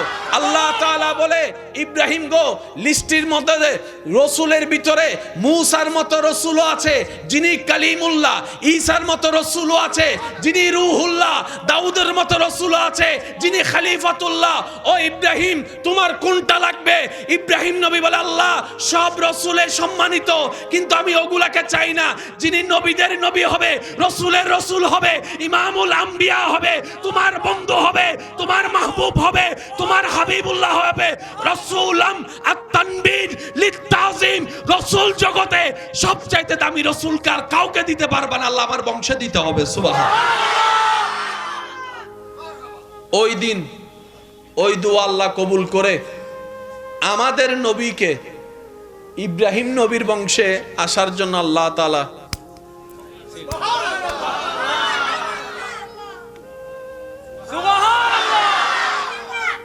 এবার ইব্রাহিম নবীর সন্তান কয়জন? একজন ইসমাইল নবী, একজন ইসহাক নবী। আসলে তো দুজনের একজনের মাধ্যমে আসতে হবে। যুবকরা আওয়াজ দিয়ে বলেন, কারণ দুইজনেই তো দাবিদার। কারণ চেয়েছেন ইব্রাহিম নবী, পেয়েছেন ইব্রাহিম নবী, দুজন এসেছেন ইব্রাহিম নবী থেকে, দুজনে তো হকদার। এবার আল্লাহ পাক বলে, ইসহাককে দিব না, ইসমাইলকে দিব। আল্লাহ কেন? বলে যে তুমি দোয়া করার সময় ইসমাইল তোমার পাশে ছিল, কাবা নির্মাণের সময় ইসমাইল তোমার পাশে ছিল, খেদমতের সময় ইসমাইল তোমার পাশে ছিল। সেজন্যই তো বলা হয় সৎসঙ্গ থাকাটা ভাগ্যের লক্ষণ। যখন আল্লাহ নেককারকে ক্ষমা করে, নেককার পাশে থাকলে বদকারও মাপ পেয়ে যায়। সুবহানাল্লাহ।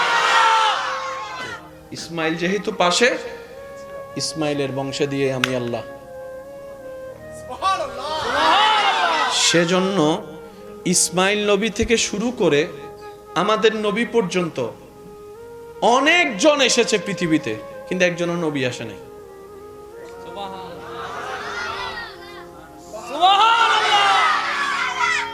অঙ্ক একখানা জটিল লাগে, কিন্তু একখানা বুঝিলে সহজ। দোয়া করেছেন নবী ইব্রাহিম আলাইহিস সালাম, ওনার সন্তান ইসমাইল আলাইহিস সালাম। কার জন্য? আমাদের নবীকে পাওয়ার জন্য। আমাদের নবীকে আল্লাহ পাঠিয়েছেন সে বংশে যে বংশের পূর্বপুরুষে আছেন হযরত ইসমাইল হয়ে ইব্রাহিম নবী। তো ইসমাইল নবী থেকে আমাদের নবী পর্যন্ত মাঝখানে কেউ আসে নাই, অনেকজন আসছে। বান্দা এসেছে, নবী আসে নাই। শুধু একজন এসেছে। হায় হায় হায়, সুবহানাল্লাহ। ইসমাইল নবীর বংশে একটা মাত্র নবী এসেছে, এই একজনেই সবার উপর বাড়ি। ঈসা নবী এসেছেন ইসহাক নবীর বংশে। মুসা নবী এসেছেন ইসহাক নবীর বংশে। আরো ইসহাক নবী থেকে শুরু করে, ঈসা নবী থেকে শুরু করে ইসহাক নবী পর্যন্ত অনেক নবী, অনেকজন এসেছেন, অনেকজন এসেছেন। অনেক সময় একই সময় দুইজনও এসেছেন, দুইজনও ছিলেন। কিন্তু ইসমাইল নবী থেকে আমাদের নবী পর্যন্ত কোন নবী রসুলকে আল্লাহ পাঠায় নাই। ওই ভাইয়ের বংশে পাঠাচ্ছে, ইসমাইল নবী বলে, আল্লাহ আমার বংশে দিয়ে কাউকে পাঠাবা না, আমার ভাইয়ের বংশ থেকে সব, এদিকে নবী, ওদিকে নবী, এদিকে রসুল, ওদিকে নবী, এদিকে কিতাবওয়ালা, ওদিকে সহিফাওয়ালা, ওদিকে মুআজিজাওয়ালা। আল্লাহ আমার বংশ তো আন্ধার হয়ে যাচ্ছে, আমার বংশ আন্ধার হয়ে যাচ্ছে। আল্লাহ পাক বলে, ইসমাইল সবর করো, এমন একজনকে পাঠাবো,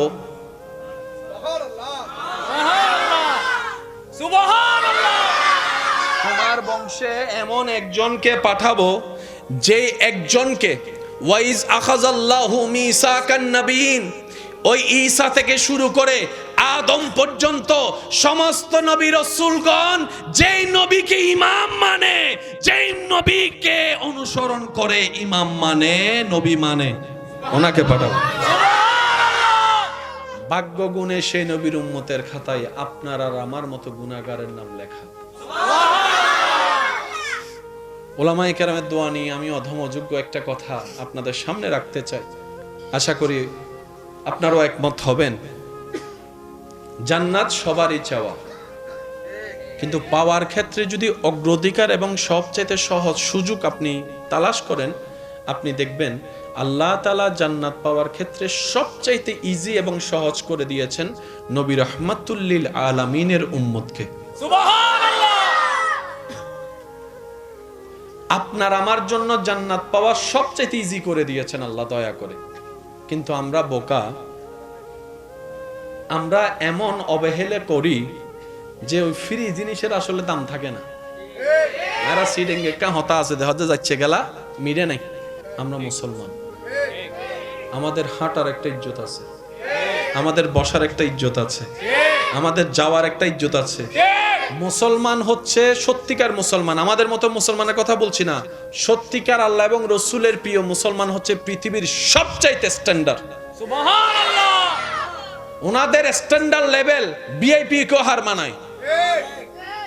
হযরত নিজামউদ্দিন মেহবুব ইলাহির ঢাকা পাঠালো তৎকালীন বাদশা নিজামউদ্দিন, আল্লাহর ওলি, উত্তর দিচ্ছেন দুনিয়ার মানুষ তো রাজা বাদশার সাথে, প্রধানমন্ত্রীর সাথে, রাষ্ট্রপ্রধানের সাথে একটু দেখা করার জন্য, একটু সেলফির জন্য পাগল হয়ে যায়, কিন্তু যারা আল্লাহর প্রিয় বান্দা, সুবহানাল্লাহ, ওনাদের সাথে দেখা করতে চাচ্ছে দুনিয়ার রাজা। উনি উত্তর দিলেন, হায় হায় হায়, আমার কোনো প্রয়োজন নাই, আমি যাব কেন? প্রয়োজন যার সে আসবে। আমি গরিব হতে পারি, আমি দুনিয়ার চোখে অর্থের ভিখারি হতে পারি, আমার কাছে সসম্পদ হয়তো রাজার মতো নাই, কিন্তু আমার সেই লেনদেন তো রাজা বাদশার সাথে নয়, আমার মওলার সাথে, আমার মালিকের সাথে, আমার রবের সাথে। আমার যা দরকার রবের কাছে চাই, আমাকে যা দেয় আমার রবে দেয়। দুনিয়াওয়ালার সাথে আমার লেনদেনের কোনো দরকার। মনে রাখবেন, যার ইয়াকিন, যার তাওয়াক্কুল যেমন, তার উপহার পুরস্কারও তেমন। আমরা পাই না কেন? আমাদের রবের তো সব আছে, দোষটা হচ্ছে নিজের আমাদের। সেটা কি? আমাদের ইয়াকিনে দুর্বলতা আছে, আমাদের বর্ষার উপর দুর্বলতা আছে, আমাদের ধৈর্যের মধ্যে দুর্বলতা আছে, আমাদের সহ্য করার মধ্যে দুর্বলতা আছে। আমরা অপেক্ষা করতে রাজি না, আমরা অপেক্ষা করতে রাজি না, আমরা অস্থির হতে রাজি, আমরা গালাগালি করতে রাজি, বকা করতে রাজি, ঝগড়া করতে রাজি, মারামারি করতে রাজি, আমরা শান্তি প্রতিষ্ঠাতে কেউ রাজি নাই। কথা বলেন ঠিক কি না? আওয়াজ দিয়ে বলেন, দোষ কাদের? আরেকটু জোরে বলেন, দোষ কাদের? আমাদের। সামান্য একটা কথাই বলে যে আঞ্চলিক ভাষায়, পান থেকে চুন খসলেই মুখে কি হতা আত্মাইতে ল, পিছনে আরেকজন আইরে তোলা মারে, আন্দাছো না। আজীব ব্যাপার, আজীব ব্যাপার। আল্লাহ পাক আমাদেরকে একটু মানুষ বানার তৌফিক দান করুন। ইন্নাল্লাহা ইউহিব্বুল মুহসিনিন। সবাই রবকে ভালোবাসতে চায়।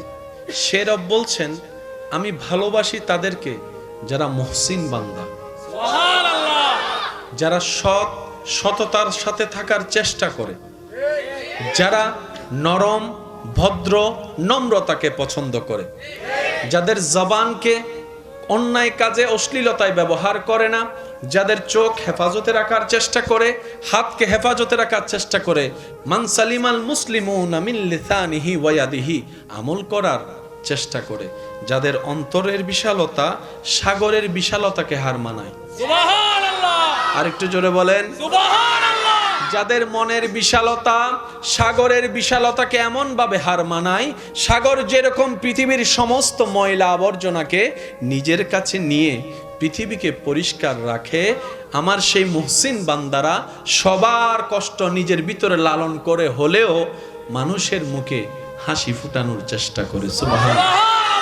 তাদের অন্তর, তাদের চিন্তা আকাশের বিশালতাকে হার মানায়। কি রকম? এই আকাশ যেরকম সারা পৃথিবীকে একটা ছায়া ধরে ছাদের মতো হয়ে আছে, আমার সেই বান্দারা মানুষের বিপদে আপদে কষ্টে সেভাবে পাশে থাকার চেষ্টা করে, তার সামর্থ্য অনুযায়ী, তার তৌফিক অনুযায়ী। মুহসিন বান্দা তারা যারা মানুষের পথ চলার রাস্তা সহজ করে দেয়। মুহসিন বান্দা তারা অভাবের পাশে দাঁড়িয়ে অভাব দূর করার চেষ্টা করে। সুবহানাল্লাহ। আমার মুহসিন বান্দা তারা যারা প্রতিশোধ নেওয়ার ক্ষমতা থাকার পরেও আমি রবকে খুশি করার জন্য হাসি মুখে ক্ষমা করে দেয়, মাফ করে দেয়, কোনো দাবি রাখে না। মুহসিন বান্দা তারা যারা নিজের পাশে আত্মীয় স্বজনের খবর রাখে। মুহসিন বান্দা তারা যারা আমি রবের খুশিতে সর্বদা নিজেকে খুশি রাখে। সুবহানাল্লাহ। আমি আল্লাহ সেই ধৈর্যশীল, সহনশীল, মুহসিন বান্দাদেরকে আমি আল্লাহ নিজে ভালোবাসি। এবার কেউ যদি আপনাকে প্রশ্ন করে, মার তো দুইটা দেওয়ার ক্ষমতা তোর আছে, ছেড়ে দিলি কেন? আপনি উত্তর দিবেন, আমার রবকে খুশি করার জন্য, রবের ভালোবাসার পাত্র হওয়ার জন্য আমি ক্ষমা করে দিয়েছি। সুবহানাল্লাহ। আর একটু জোরে বলেন সুবহানাল্লাহ। ক্ষমা করলে কি ইজ্জত কমে না বাড়ে? বলেন বলেন, ক্ষমা করলে ইজ্জত কমে না বাড়ে? বাড়িয়ে দেন কে? বাড়িয়ে দেন কে? ওই দিন আমি একটা বিষয় পড়ে বড় অবাক হয়েছে। একটা সাইকোলজিক্যাল ডাক্তার ওনার গবেষণা করে উনি একটা স্টেটমেন্ট দিলেন, এই পৃথিবীতে তুলনামূলক সেই মানুষগুলো খুব ভালো থাকে যারা মানুষকে ক্ষমা করে। এটা ওনার গবেষণা। উনি বলছেন ওনার গবেষণায় যে সমস্ত মানুষ অন্যকে ক্ষমা করে, কারো প্রতি হিংসা রাখে না, কারো প্রতি রাগ রাখে না, অভিমান রাখে না, তুলনামূলকভাবে অন্য মানুষের তুলনায় তাদের শরীর, তাদের ব্রেন, তাদের মেন্টালিটি, তাদের শক্তি অনেকটাই ভালো থাকে। উনি গবেষণা করে পরামর্শ দিলেন, ক্ষমা করে দাও যদি সুস্থ থাকতে চাও। হিংসা করিও না, কারো অন্তরে হিংসা রাখিও না, কারো প্রতি অন্তরে। ক্ষমা করে দাও, ছেড়ে দাও, লোভ ছেড়ে দাও, অহংকার ছেড়ে দাও, আমিত্ব ছেড়ে দাও যদি ভালো থাকতে চাও। একই পরামর্শ 1450 বছর আগে নবী রহমতুল্লিল আলামিন আমাদেরকে দিয়েছেন। সুবহানাল্লাহ। আমার ভাইরা সর্বদা মাথায় রাখবেন, এই দুনিয়াতে সবাই জিততে চায়, কেউ হাঁটতে চায় না। আমরা জিতা মনে করি গোল্ডেন এ প্লাস পাইছি, জিতে গেছি। আচ্ছা, আপনি এসএসসি তে গোল্ডেন এ প্লাস পেলেন, ইন্টারে গিয়ে আপনি এ মাইনাস পাইলেন, এবার কি জিতা আছে নাকি হারা? আপনি সব সেক্টরে গোল্ডেন এ প্লাস পাইছেন, কিন্তু চাকরি হওয়ার আগের দিন আপনি পাগল হয়ে গেছেন। মাথায় রাখবেন, আমাদেরকে কেমন যেন একটা প্রতিযোগিতায় নেমে দেওয়া হয়েছে। ছোট্ট ছোট্ট বাচ্চারা নার্সারিতে যাওয়ার সময় দেখবেন ব্যাগের ভারে, বইয়ের ওজনে হাঁটতেই পারে না, ওই ব্যাগটা মা বাবাকে, অভিভাবককে নিতে হয়। এই ছোট্ট ছোট্ট বাচ্চারা এখন থেকে যদি এত প্রেসার নেয়, আগে তো খেলার একটা টাইম ছিল, ব্রেন ফ্রেশ হওয়ার একটা সময় ছিল, এখন তো এমন ভাবে খেলার মাঠ বন্ধ হচ্ছে যে খেলারও কোনো সুযোগ। এই বাচ্চাগুলো কি করবে? ওদের স্মৃতি কি থাকবে ছোট্টবেলা? আল্লাহর ওয়াস্তে প্রতিযোগিতা হওয়ার দরকার নাই, পাশ করার দরকার নাই, জ্ঞান অর্জন করা হচ্ছে মূল বিষয়। তালাবুল ইলমি ফরিদাতুন আলা কুল্লি মুসলিমিন ওয়া মুসলিমাতিন। এইরকম পৃথিবীতে অনেক বড় ব্যবসায়ী আছেন যারা পড়ালেখায় তেমন ভালো ছিল না, কিন্তু ওনাদেরকে এমন আল্লাহ পাক দান করেছেন, ওনাদের ফ্যাক্টরিতে চাকরি নেওয়ার জন্য এখন গোল্ডেন এ প্লাস ওয়ালারা লাইন ধরে দাঁড়ায় আছে, কিন্তু উনি পরীক্ষার মধ্যে পাইছিলেন এ মাইনাস। তো সফলতাকে আপনি এটা চিন্তা করবেন না দুনিয়া যেভাবে দেখায়। মুসলমানদের আসল সফলতা কি? কাদ আফলাহা মান যাক্কাহা। আল্লাহ তাআলা বলে যে ভিতর বাহিরকে পবিত্র করে ফেললো সেই সফল হয়ে গেল, সেই সফল হয়ে গেল। যার চিন্তা পরিষ্কার, যার নজর পরিষ্কার, যার জবান পরিষ্কার, যার হাত পরিষ্কার, যা পা পরিষ্কার, যার মন পরিষ্কার, তার ছোট্ট ছোট্ট নেক আমল ও হাসরের ময়দানে বিশাল আকারের সওয়াবের পাহাড় হয়ে যাবে। জীবন চলার পথে পরীক্ষা আছে না নাই? আসবে কি আসবে না? আমরা অল্প অল্প পরীক্ষায় ভেঙে পড়ি, কিন্তু আপনি যদি একটু ঠান্ডা মাথায় গবেষণা করে দেখেন, আপনি দেখবেন পৃথিবীতে যারাই আল্লাহর বেশি প্রিয় বান্দা ছিল, আল্লাহ তাদেরকে বেশি বেশি মুসিবত দিয়ে পরীক্ষা করেছেন। কারবালার ময়দানে ইমাম হুসাইনের যেই ট্র্যাজেডি, যে কষ্ট, যে পরীক্ষা, যে মুসিবত, তার হাজার ভাগের এক ভাগ কষ্ট আল্লাহ পাকে এখন আপনাকে আমাকে ফেলে নাই। আইয়ুব নবীর শরীরের যে যন্ত্রণাদায়ক কষ্ট, এরকম পরীক্ষায় আল্লাহ আপনাকে আমাকে ফেলে নাই। ইউনুস পয়গম্বরের মাছের পেটে থাকার সেই কঠিন মুহূর্তের যন্ত্রণায় আল্লাহ আপনাকে আমাকে ফেলে নাই। আল্লাহ তাআলা প্রিয় যাদেরকে ভালোবাসেন কিংবা যাদেরকে ভালোবাসতে চান, যাদেরকে কল্যাণে আনতে চান, যাদেরকে জান্নাত দিতে চান, তাদেরকে আল্লাহ দুনিয়াতে পরীক্ষা মুসিবতে ফেলে। তার কারণ কি? যদি তার গুনাহ থাকে, এই মুসিবত কষ্টের ধৈর্যের কারণে আল্লাহ ওনার গুনাহ মাফ করে দেন। সুবহানাল্লাহ। যখন উনি সেই রকম কষ্টে থাকতে থাকতে গুনাহ মাফ হয়ে যায়, এখন তার গুনাহ মাফ হওয়ার সুযোগ নেই, যেহেতু গুনাহই নাই, তখন আল্লাহ তাআলা ওনার মর্যাদা বাড়াইতে থাকেন, মর্যাদা বাড়াইতে থাকেন, সম্মান বাড়াইতে থাকেন, ইজ্জত বাড়াইতে থাকেন, ওনার ভ্যালু বাড়াইতে থাকেন, ওনার স্তর বাড়াই দিতে থাকেন। সুবহানাল্লাহ। সুবহানাল্লাহ। আল্লাহ তাআলা আমাদের সবাইকে তৌফিক দান করুন। আমিন। 5 ওয়াক্ত নামাজের সাথে বন্ধুত্ব রাখার তৌফিক দান করুন। আমিন। বড়দের সম্মান, ছোটদেরকে স্নেহ করার তৌফিক দান করুন। আমিন। যে যা পায় আপনার কাছে, পাওনা থাকলে দিয়ে দিবেন, ধরে রাখার দরকার বলেন না, ধরে রাখার দরকার। জায়গায় পালে জায়গা দিয়ে দিতে হবে, টাকা পাইলে টাকা, সামর্থ্য না থাকলে একটু দেখা করে ক্ষমা চেয়ে নেন। কারণ দুনিয়াতে ক্ষমা পাওয়া অনেক সহজ, আসলে এটা সুযোগই নেই। বুঝতে পারছি কথা? আপনি যদি কাউরে বলেন তুই আর গলার উদ্দি চুরি চলাই রাটিয়া দিতে তো নবাই চলাইব না চুরি হনদিন, বুঝছেন আমার কথা? দুনিয়াতে মাপটা একটু নিয়ে নেন। হ্যাঁ, শয়তান আপনাকে মাপ চাইতে দিবে না, শয়তান বলবে তুই মাপ চাইলে তো তুই ছোট হয়ে যাবি, তোর মান মর্যাদা কমে যাবে। অথচ রসুল বলে আল্লাহু আকবার, আল্লাহু আকবার, যে ক্ষমা চায় তার ইজ্জত বাড়ে, যে ক্ষমা করে দেয় তার ইজ্জত আরো বাড়ে। ক্ষমা চাওয়াটা যেরকম চ্যালেঞ্জিং, ক্ষমা করাটাও বড় চ্যালেঞ্জিং। আমি বলি নাই 5 বছর আগে কি করছস, আচ্ছা একই কথা যদি আল্লাহ বলে হাসরে, আমি মাফ চাওয়ার পরে যদি আল্লাহ পাক বলে যে আমি বলি নাই, তাহলে তো সব শেষ। আমরা চাই আল্লাহ থেকে ক্ষমা পাওয়া, বলেন আমরা চাই আল্লাহ থেকে, আর সে আল্লাহ বলছেন তুমি আমার দিকে তাকিয়ে নিজের সমস্ত রাগ হিংসাকে পিছনে ফেলে আমি রবকে খুশি করার জন্য আমার দিকে তাকিয়ে আমার বান্দাকে মাফ করো। তুমি আমার বান্দাকে মাফ করো বিনা শর্তে, আমি আল্লাহ তোমাকে বিনা শর্তে মাফ করে দিতে রাজি। তো নিজে ক্ষমা পাওয়ার জন্য অন্যকে ক্ষমা করার দরকার আছে না নাই? আছে। এবার আপনারা বলেন, এক ছাদের নিচে আপনারা দুইজন থাকেন, কেউ কাউকে ক্ষমা করছেন না, কিন্তু আজীবন থাকাই লাগতেছে দুইজন, তো মাফ না করে লাভ কি হচ্ছে? থাকা তো লাগতেছে, দেখা তো হচ্ছে, মাফ না করে লাভ কি? করে দেন না মাফ। একবার মাফ করবেন, ওই মাফ করার অতীতের বিষয় নিয়ে আর কখনো কথাও আসবে না, মনে যতই আসুক মুখে আনবেন না। দেখবেন যে সব সমস্যা সমাধান করে দিবেন কে? আল্লাহ। বলেন না কে? আল্লাহ। আল্লাহ কি আমাদের উপর দয়া করে কি করে না? করে। আমাদেরও উচিত নিজের দয়া নিজে অর্জন করে নেওয়া। ঠিক। এই আল্লাহর দয়া পাওয়ার হাজার মাধ্যমের একটা মাধ্যমের নাম নামাজ।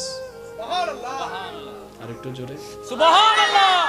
নামাজ পড়লে শান্তি বাড়ে, নামাজ পড়লে ব্রেনে রিল্যাক্সিং হয়, নামাজ পড়লে শরীরে একটা আলাদা শক্তি হয়, নামাজ পড়লে চিন্তা শক্তির পবিত্রতা আসে, নামাজ পড়লে মন শান্ত হয়, নামাজ পড়লে মনের মধ্যে ভালোবাসা মায়া বেড়ে যায়, নামাজ পড়লে আপনার ঘুমটা ভালো হয়, নামাজ পড়লে খাবার দ্রুত হজম হয়, নামাজ পারফেক্টলি পড়তে জানলে হাঁটু এবং কোমরের যে শারীরিক যে হাড্ডির ব্যথা ওগুলো আস্তে আস্তে নিরাময় হয়, নামাজ পড়লে আপনার ঝগড়া করতে ইচ্ছা করে না, নামাজ পড়লে ক্ষমা করতে ইচ্ছা করে, নামাজ পড়লে মানুষের উপর দয়া করতে ইচ্ছা করে, নামাজ পড়লে অন্যের দোষ গোপন রাখতে ইচ্ছা করে, নামাজ পড়লে নম্র ভদ্র হয়ে চলতে ইচ্ছা করে। অর্থাৎ আল্লাহর পছন্দের গুণ যা, সত্যিকারের ভালোভাবে নামাজ যদি আমরা পড়তে পারি, সব গুণ আমাদের ভিতর দান করে দিবেন। ইন্নাস সালাত তানহা আনিল ফাহশাই ওয়াল মুনকার, ওই নিয়ামত আল্লাহ আমাদের সবাইকে দান করে দিবেন, বলেন সুবহানাল্লাহ। সুবহানাল্লাহ। পড়ার দরকার আছে না নাই? আছে। হালিয়ে জুমা আছে না? আছে। হরা হাত হরা হাত নামাতে আরো জোরে 2 রাকাত। আইবুদে বেগুনের শেষে এগুলো একটু আগে। হই ফেলি আর কেন জোর হ না তো একখানা হই না। আইবুদে বেগুনোর শেষে। যাইবুদে বেগুনোর আগে। ইতে 5G গুদুত্তন স্পিডে জোরে ঠিক। হয় না? ঠিক। খুতবা আনুনি নানুনিও বন্ধুরা হদ্দটা একামত্ত দিলে আর মিস কল দিছে আছে না? আছে। ইনকে আর ভাইয়ে গরাত দেয় না, শয়তানে গরাত দেয়। শয়তানে। শয়তানে গরাত দেয় যে তার ভাইয়ে বুঝছি আর ভাই তো নসিদল দি ইতে যাতে গুতাইবো আর ভাইয়ের হামল উল্লো শয়তানের গুতন। ঠিক। তো শয়তানের গুতাইবার লাগবে লাড়ি নলার লাগে। হন না, লাড়ি ন লাগে, লাগে। এ লাড়ি বলদি ধৈর্য। সুবহানাল্লাহ। মসজিদে যাইরা হদুনো চাইবেন দে ফিলাত তোয়ায় ঠিক। হোনা তোয়ায় ফিলাত তোয়ায় দেওয়াল তোয়ায় ঠিক। কিরে বদ্দা ইনকা তোয়ার ঠিক। ইতারা হতে গিয়া হদ বাসে লেখা ডাহাই দিস হবাদ্দা উজু আসা না নাই চাইও না। ঠিক। হ্যাঁ কি বুঝাতে পারলাম না? যদি এদুর ঘুমাই যে তুই ডলি ভরি গিয়ে তোমার হবন নাই তো লজু নাই, নাকি বুঝাতে পারলাম না বাজান? তুই আর তুন যারা তুন জান্নাতর দরকার আছে মাঝে মধ্যে কেন নিজের জীবনত ব্যারেক লাগানোর দরকার আছে বান্দা চেষ্টা করলে সাহায্য করিব তখনে আল্লাহ এখানে জোর হন না আল্লাহ ওনারা এন্ডে মসজিদে আজান দেয় হটাই জুমার আজান 12টা 10-15 আর কি 20-এর ভিতর দি ফেলাই হয় না এরপরে আরো জোরে আল্লাহ যতক্ষণ দয়া করে তকরির করে না এরপরে খুতবা দেয় না নামাজের বিরতি দিয়ে রে তারপরে খুতবার পরে নামাজ হয় নামাজ পরে বাদাল জুমা আছে না নাই আছে বেগিন শেষ করি বাইরেতে বাইতে দুটা হয়তো না জি এই 1 ঘন্টা আল্লাহ দিতে এদিন কিপতেমি কবু কবু কবু হদুনে সাই নজরুল যদি ওয়াইজ করতে কেন দেরি করে ঠিক না অনার এন্ডে নাই ফানলার আবার হদুনি লেবেন ঠিক আছে না আছে সিজদাতুন দামি জিনিস আছে না ভাই না নামাজতুন দামি জিনিস আছে না না এই নামাজ উম্মিদ দিয়ে যদি হনদিন হুজুর একখানা তসবিহ একখানা লম্বা পরে অথবা আস্তে আস্তে পরে ফিজুতুন মিস কল মানে অন্য না ঠিক নুন অনফালা ননারা বুঝি মিস কল দে মুসল্লি হারে হুজুর হুজুর এখন হারে হুজুরে এখন নামাজ অবস্থাতে আর কল দি মিস কল দিন না হারে ঠিক তাহলে হাসি দিয়ে হাত হুজুর আর তসবিহ শেষই অনর্গান শেষ হইলে বুঝতে পারি না ঠিক ইল্লে কিছু কিছু দোষ আরা ভিতরে আছে তা আছে বলে কি আজীবন ধরে এরকম না ভাই না আছে বলে তো আজীবন ধরে হন হন দরহার নাই আর চেষ্টা করছেন একখান যেন দোষতুন বাঁচিত তারি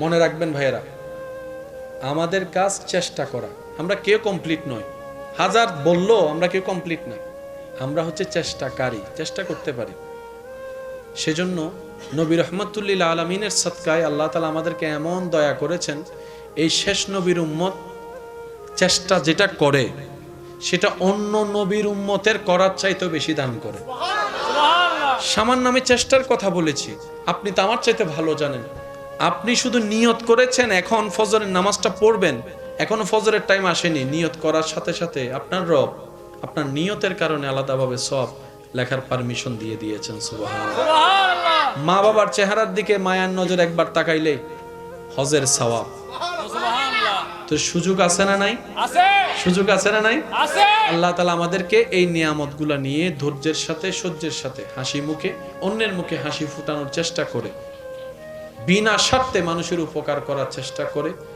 চলার চেষ্টা করার ইবাদত করার আল্লাহ আমাদের তৌফিক দান করুন আমিন রহমাতুল্লিল আলামিন নবীর ওয়াফাদার উম্মত আল্লাহ তাআলার ওয়াফাদার বান্দা বনে দুনিয়াতে যতদিন থাকবো আমরা সবাই আমরা যেন আপন আপন জায়গায় মান সম্মান ইজ্জতের সাথে ঈমানের সাথে বাঁচতে পারি আল্লাহ তৌফিক দান করুন আমিন আমরা যেন ইজ্জতের সাথে ঈমানের সাথে শেষ মুহূর্তে হাসি মুখে কালিমা পড়ে ঈমানের সাথে দুনিয়া থেকে যেতে পারি এরকম নসিব আল্লাহ আমাদেরকে সবাইকে দান করুন আমিন হাশরের ময়দানে আর নিষেধ ছায়া যেন আমাদের ভাগ্যে জুটে নবী রহমতুল্লিল আলমিনের সুপারিশ পাওয়ার যোগ্য যেন আমরা হয়ে যেতে পারি আল্লাহ আমাদের সেই তৌফিক দান করুক